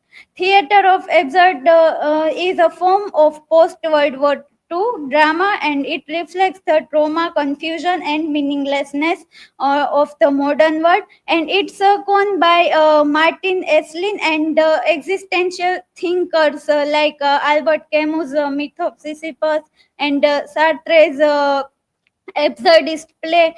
These reflect the challenges of the absurdist key themes. And key playwrights like Samuel Beckett, Harold Pinter, and Eugene Ionesco, Jean Genet wrote these absurd theater pattern. And here are some features of absurd literature: lack of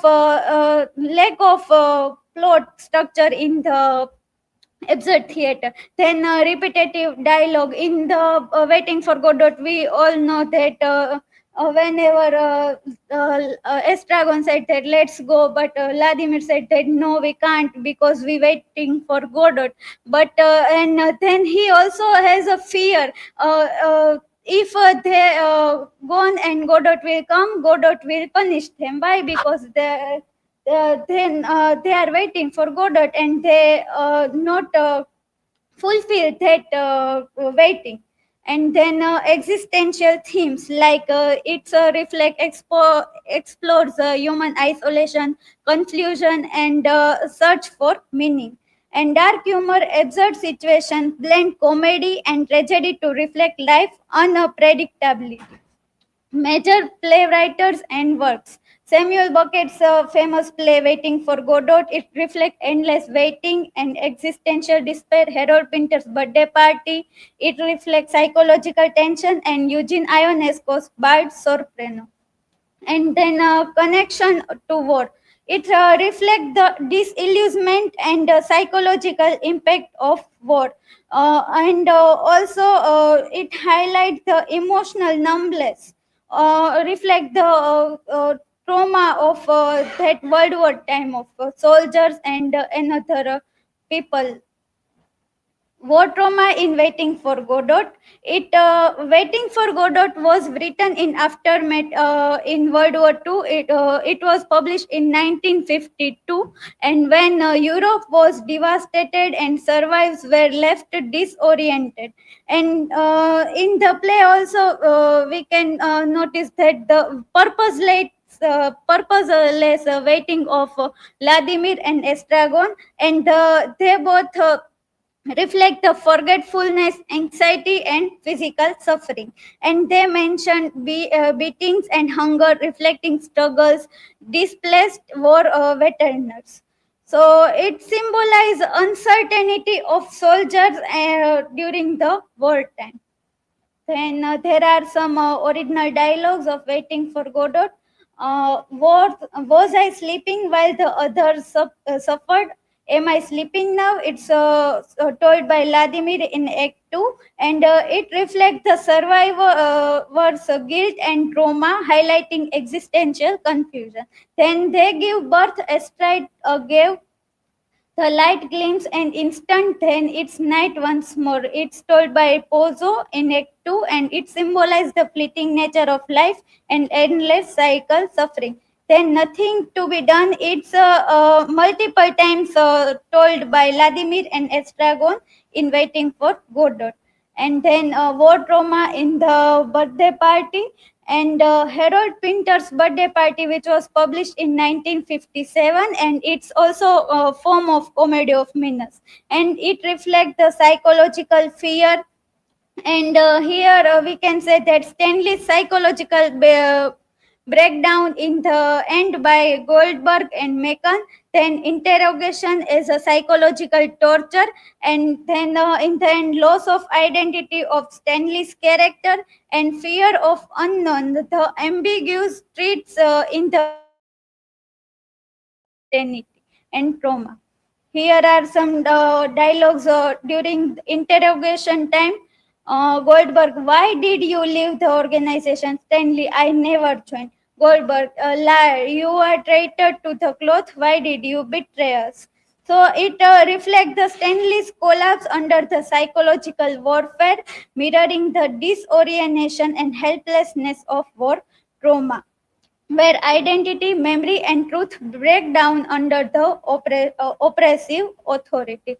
War and absurdist psychological perspective. So we can say that war shatters faith in reason, order, and language. Then absurdism reflects the psychological world. In the Beckett and Pinter's character trapped in meaningless routine, haunted by fear, guilt, and absence of purpose in both the play's characters. And absurd drama captures the internal chaos left by external war.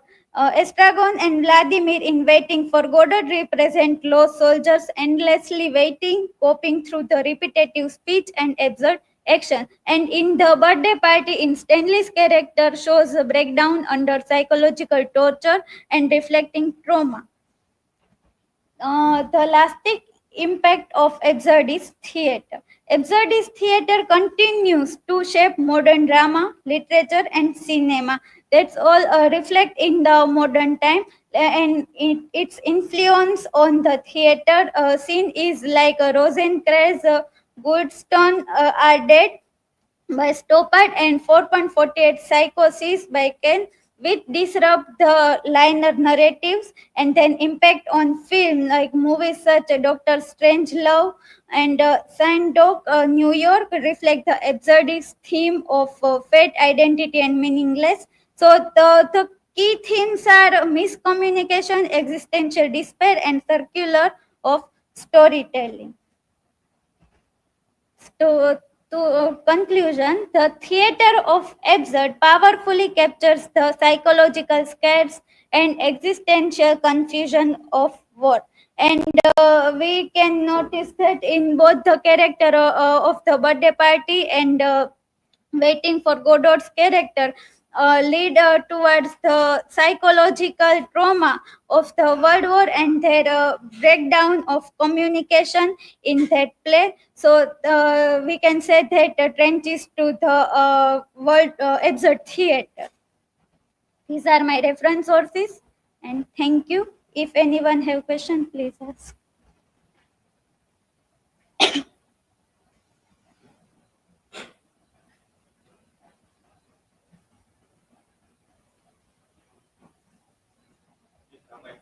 You, does absurdist theater offer a solution to war trauma, or does it only highlight its hopelessness? So, yes, Sagar. Absurdist theater not we can say that give a solution of the drama, but it give us rethinking. We rethink about that events and all those things. So it not directly give us a solution.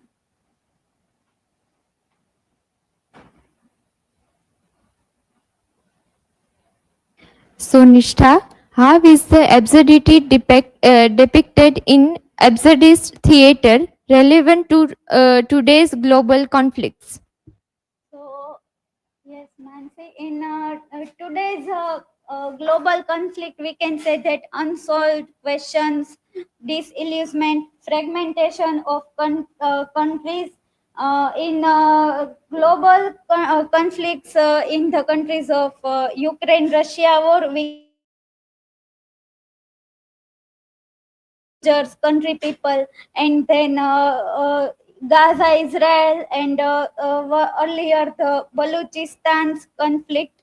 So we can say that it's depict absurdity and it's relevant today also. Thank you.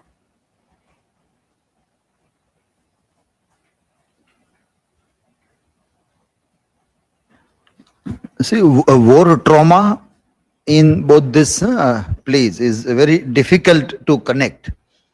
You have, where is she? You have used this article to make your arguments. War trauma and absurdity of existence in Samuel Beckett's Waiting for Godot. But even in that article, if you see that the person is not able to speak about war trauma, it is only in the title. Just let me.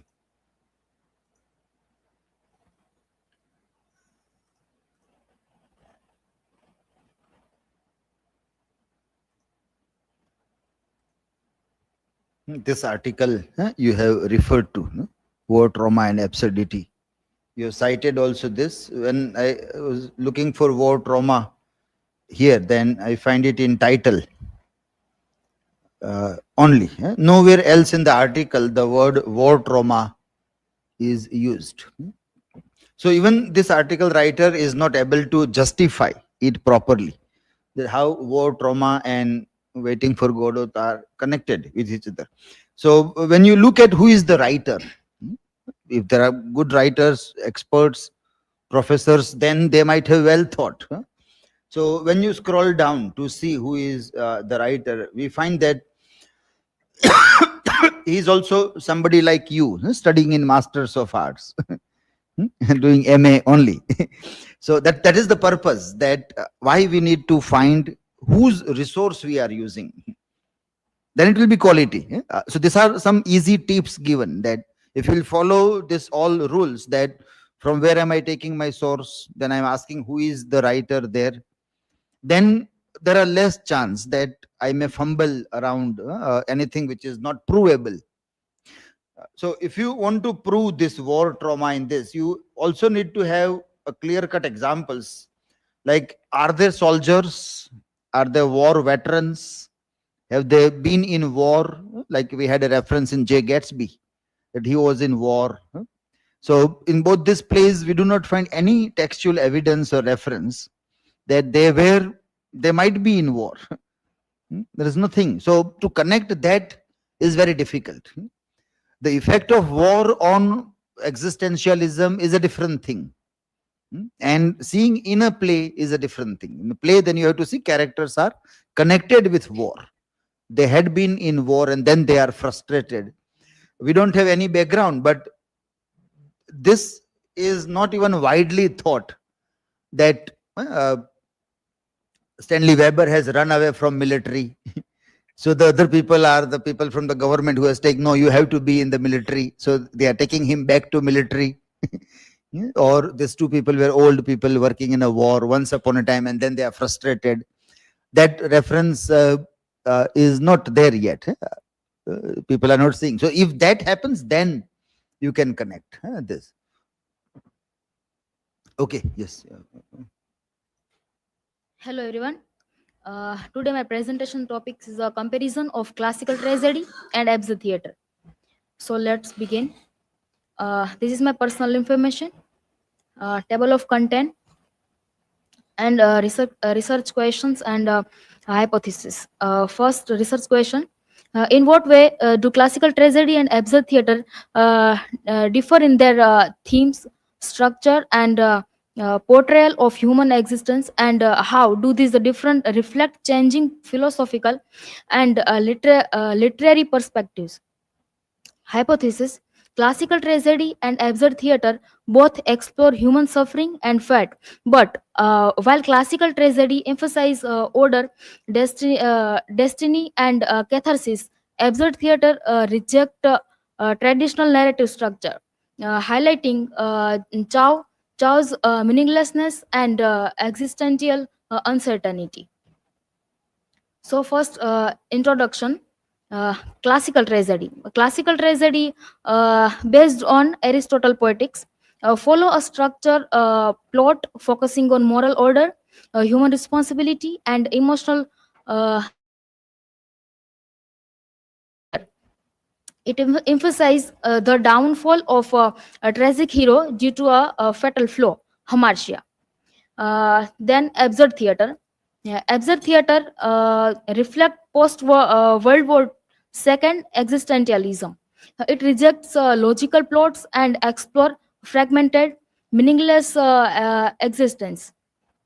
Characters struggle with confusion and disappear in a world without inherent meaning.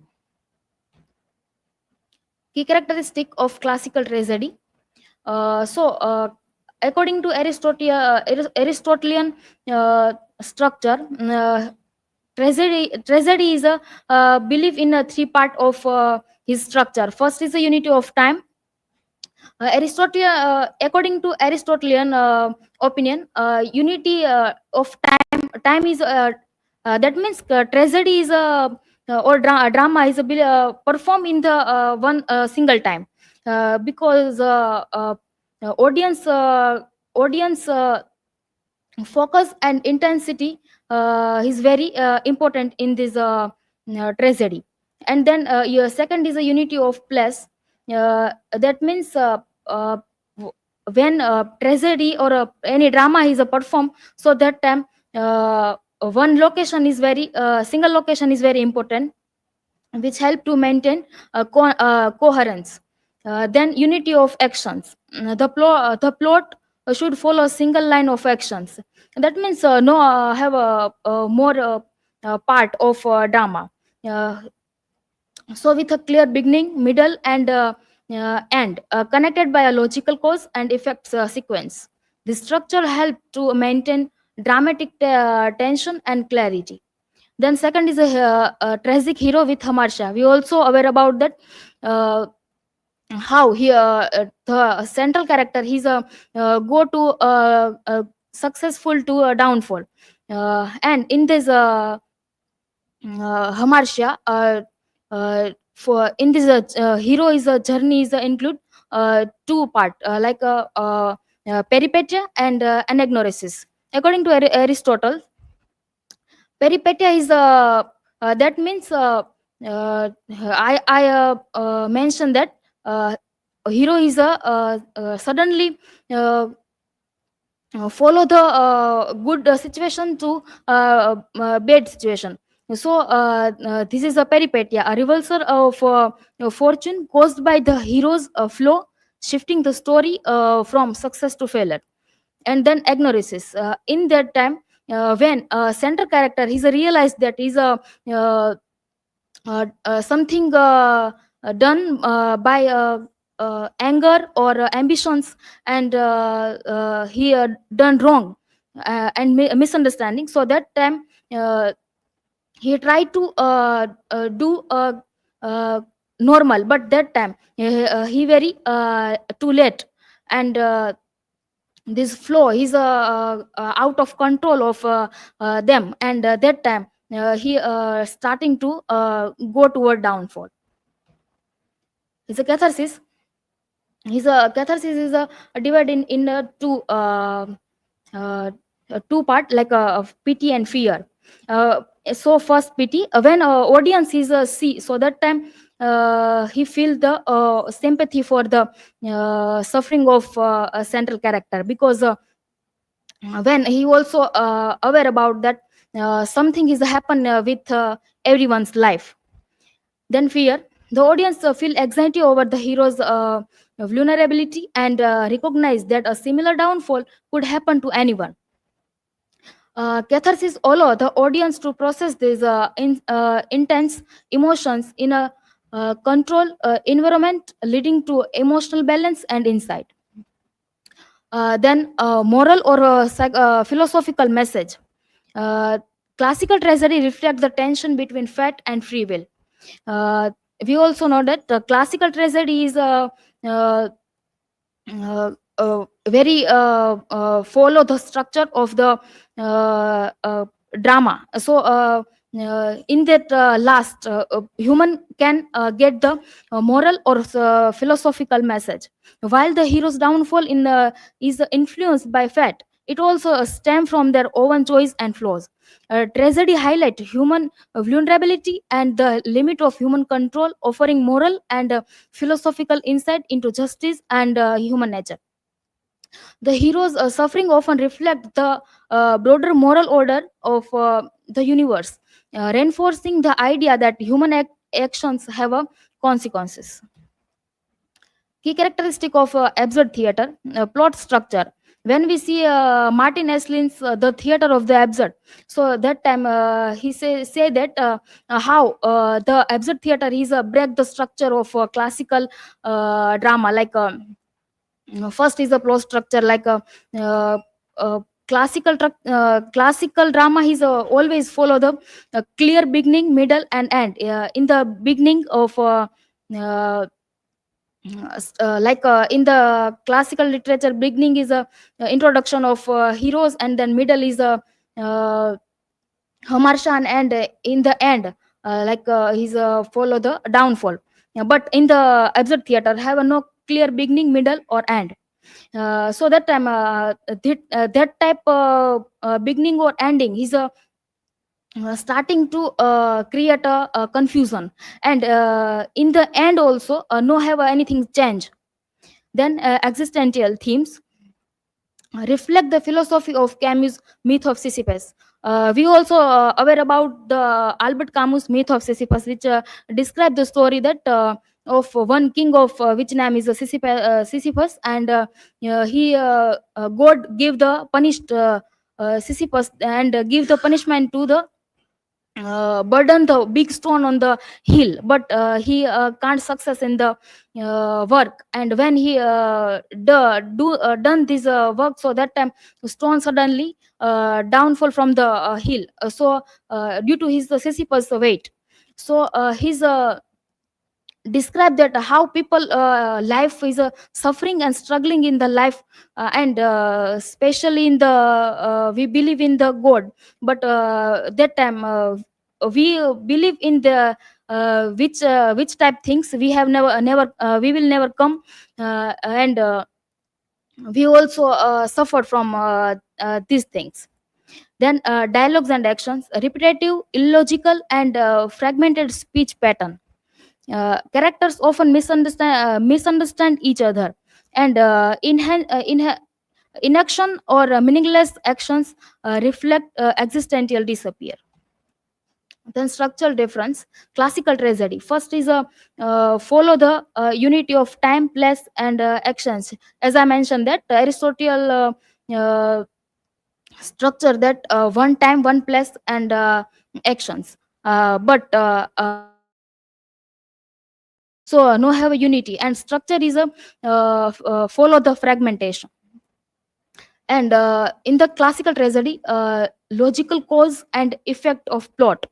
So when we see the plot, so story is a all events is connected with each other, and first story is joined with the second story, and all the events is give the logical cause, and philosophical meaning and message. While absurd theater is totally illogical, and his plot is a follow the is a circular plot. And in the classical tragedy, defining beginning, middle, and end, it's very structural for follow the very structural in the beginning, middle, and end of the central character. But while the we see absurd theater, so have a no clear resolution. Then a classical tragedy, heroes downfall linked to moral failing, and absurd theater, characters action are meaningless. This is the image of dramas. And then philosophical difference: classical tragedy, first moral order and justice. Based on Aristotle poetics, it's a reflect a universe governed by moral laws. Action have a consequences, and justice is ultimately served. In the classical tragedy, moral order and justice in the classical tragedy follow the idea that universe pain and suffering and struggling is a help to establish a new idea in the universe. While absurd theater, a lack of inherent meaning, reflect the existentialist idea. As I mentioned that it's a questioning on the existential of the human and God also. And question on the God said that we also waiting of these things we will never come, and suggesting that life has no clear purpose or meaning. Suffering and responsibility in the classical tragedy. The hero's downfall stem from their own flaw, hamartia, or misjudgment. Suffering teaches moral lessons and reinforces the idea of the human responsibility. The hero is a follow uh, uh, the hero is a go toward downfall due to his ambition, anger, and some misunderstanding. And absurd theater, arbitrary and unresolved suffering. Character face confusion and disappear without any logical cause. Their struggles remains unresolved, highlight the randomness of existence. As example, famous Samuel Beckett's The Waiting for the Godot. And we also mention in the suffering and responsibility like Macbeth. And classical tragedy, reinforcement of moral structure. The tragic outcome restores balance and order in the universe. Catharsis, emotional release, is experienced by the audience through pity and fear. While absurd theater, absence of justice or order. Unlike classical tragedy, absurd theater reject the nation of moral order. Events unfold without reason, and characters' action have no clear outcome. Similarity of both. First is a human suffering. In the literature world, both, that means classical tragedy and absurd theater, explore the pain and struggle of human existence, while classical tragedy is portrays suffering as a result of personal flaw or fate. It's the belief that our fate and desire is control the universe and human beings. While absurd theater is a show suffering as a random and meaningless. Then second is the emotional response. Both evoke the powerful emotions. A classical tragedy is aim to create pity and fear, offering catharsis. While absurd theater, on the other hand, evoke anxiety, confusion, and sometimes dark humor, highlighting the uncertainty of life. Then is a human actions versus fate. Both genre address the tension between human choice and external forces. In classical tragedy, fate ultimately shape the outcome. In absurd theater, human actions seem futile.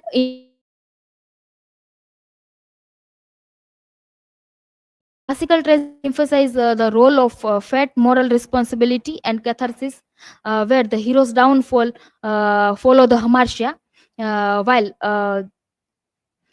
and it reflect human vulnerability and the search for justice within a structural moral order. While classical tragedy is different from this absurd theater, which follow the perfect structure and give the moral message of the world to live a life. This is the reference. Thank you. Have any questions? So please ask me. My question is, how do classical tragedy and absurd theater show human suffering and fate in different ways? Yes, Mansi. So, in the absurd theater and classical tragedy, absurd theater is a classical theater is a belief that our fate and desire is a our fate and desire is a leading to our life, and in that human is suffering and suffering to get something, but in the end he fail. While absurd theater is a belief that all things are all our suffering and struggling is a meaninglessness, because we are waiting of this we are struggling of that things which will never come in our life. So that questions, and anyone?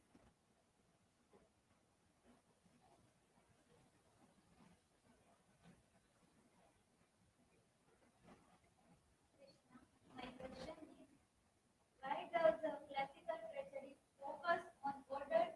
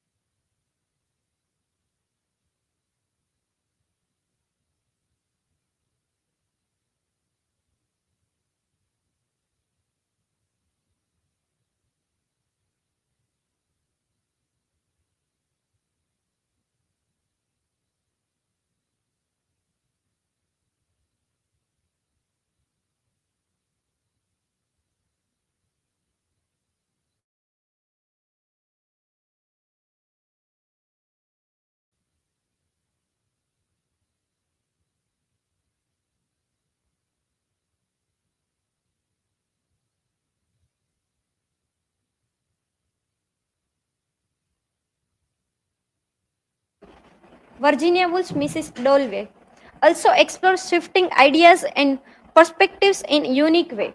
Many avant-garde writers also use non-linear storytelling, telling events out of order to make readers think more deeply.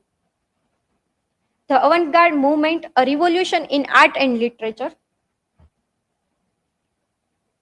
The avant-garde was a movement that constantly changed and aimed to revolutionize life and art.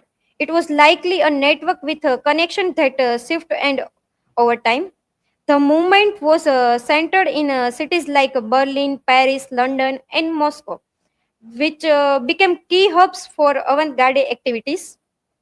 Various organizations, clubs, and support groups like film societies and cine clubs help keep the movement stable.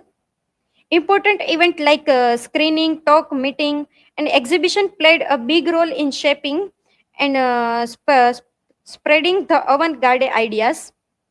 The exchange of idea was also helped by lectures, visits, travel, communication, and film, which allowed the artistic and thinker to share their concept and influence each other. Media and technology.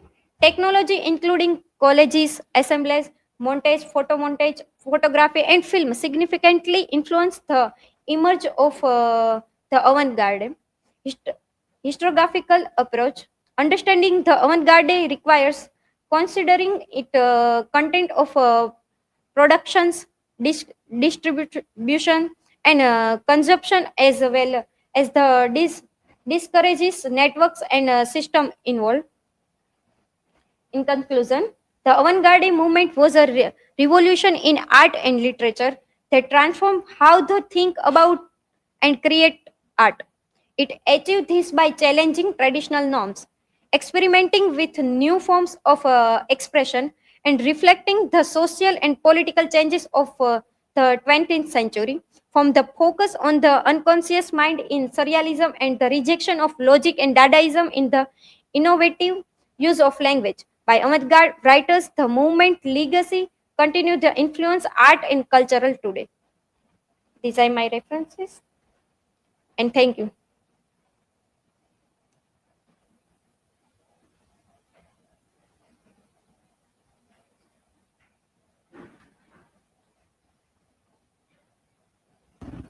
Mita, my question is explore the relationship between the avant-garde movement and the concept of modernity. Avant-garde movement also close to link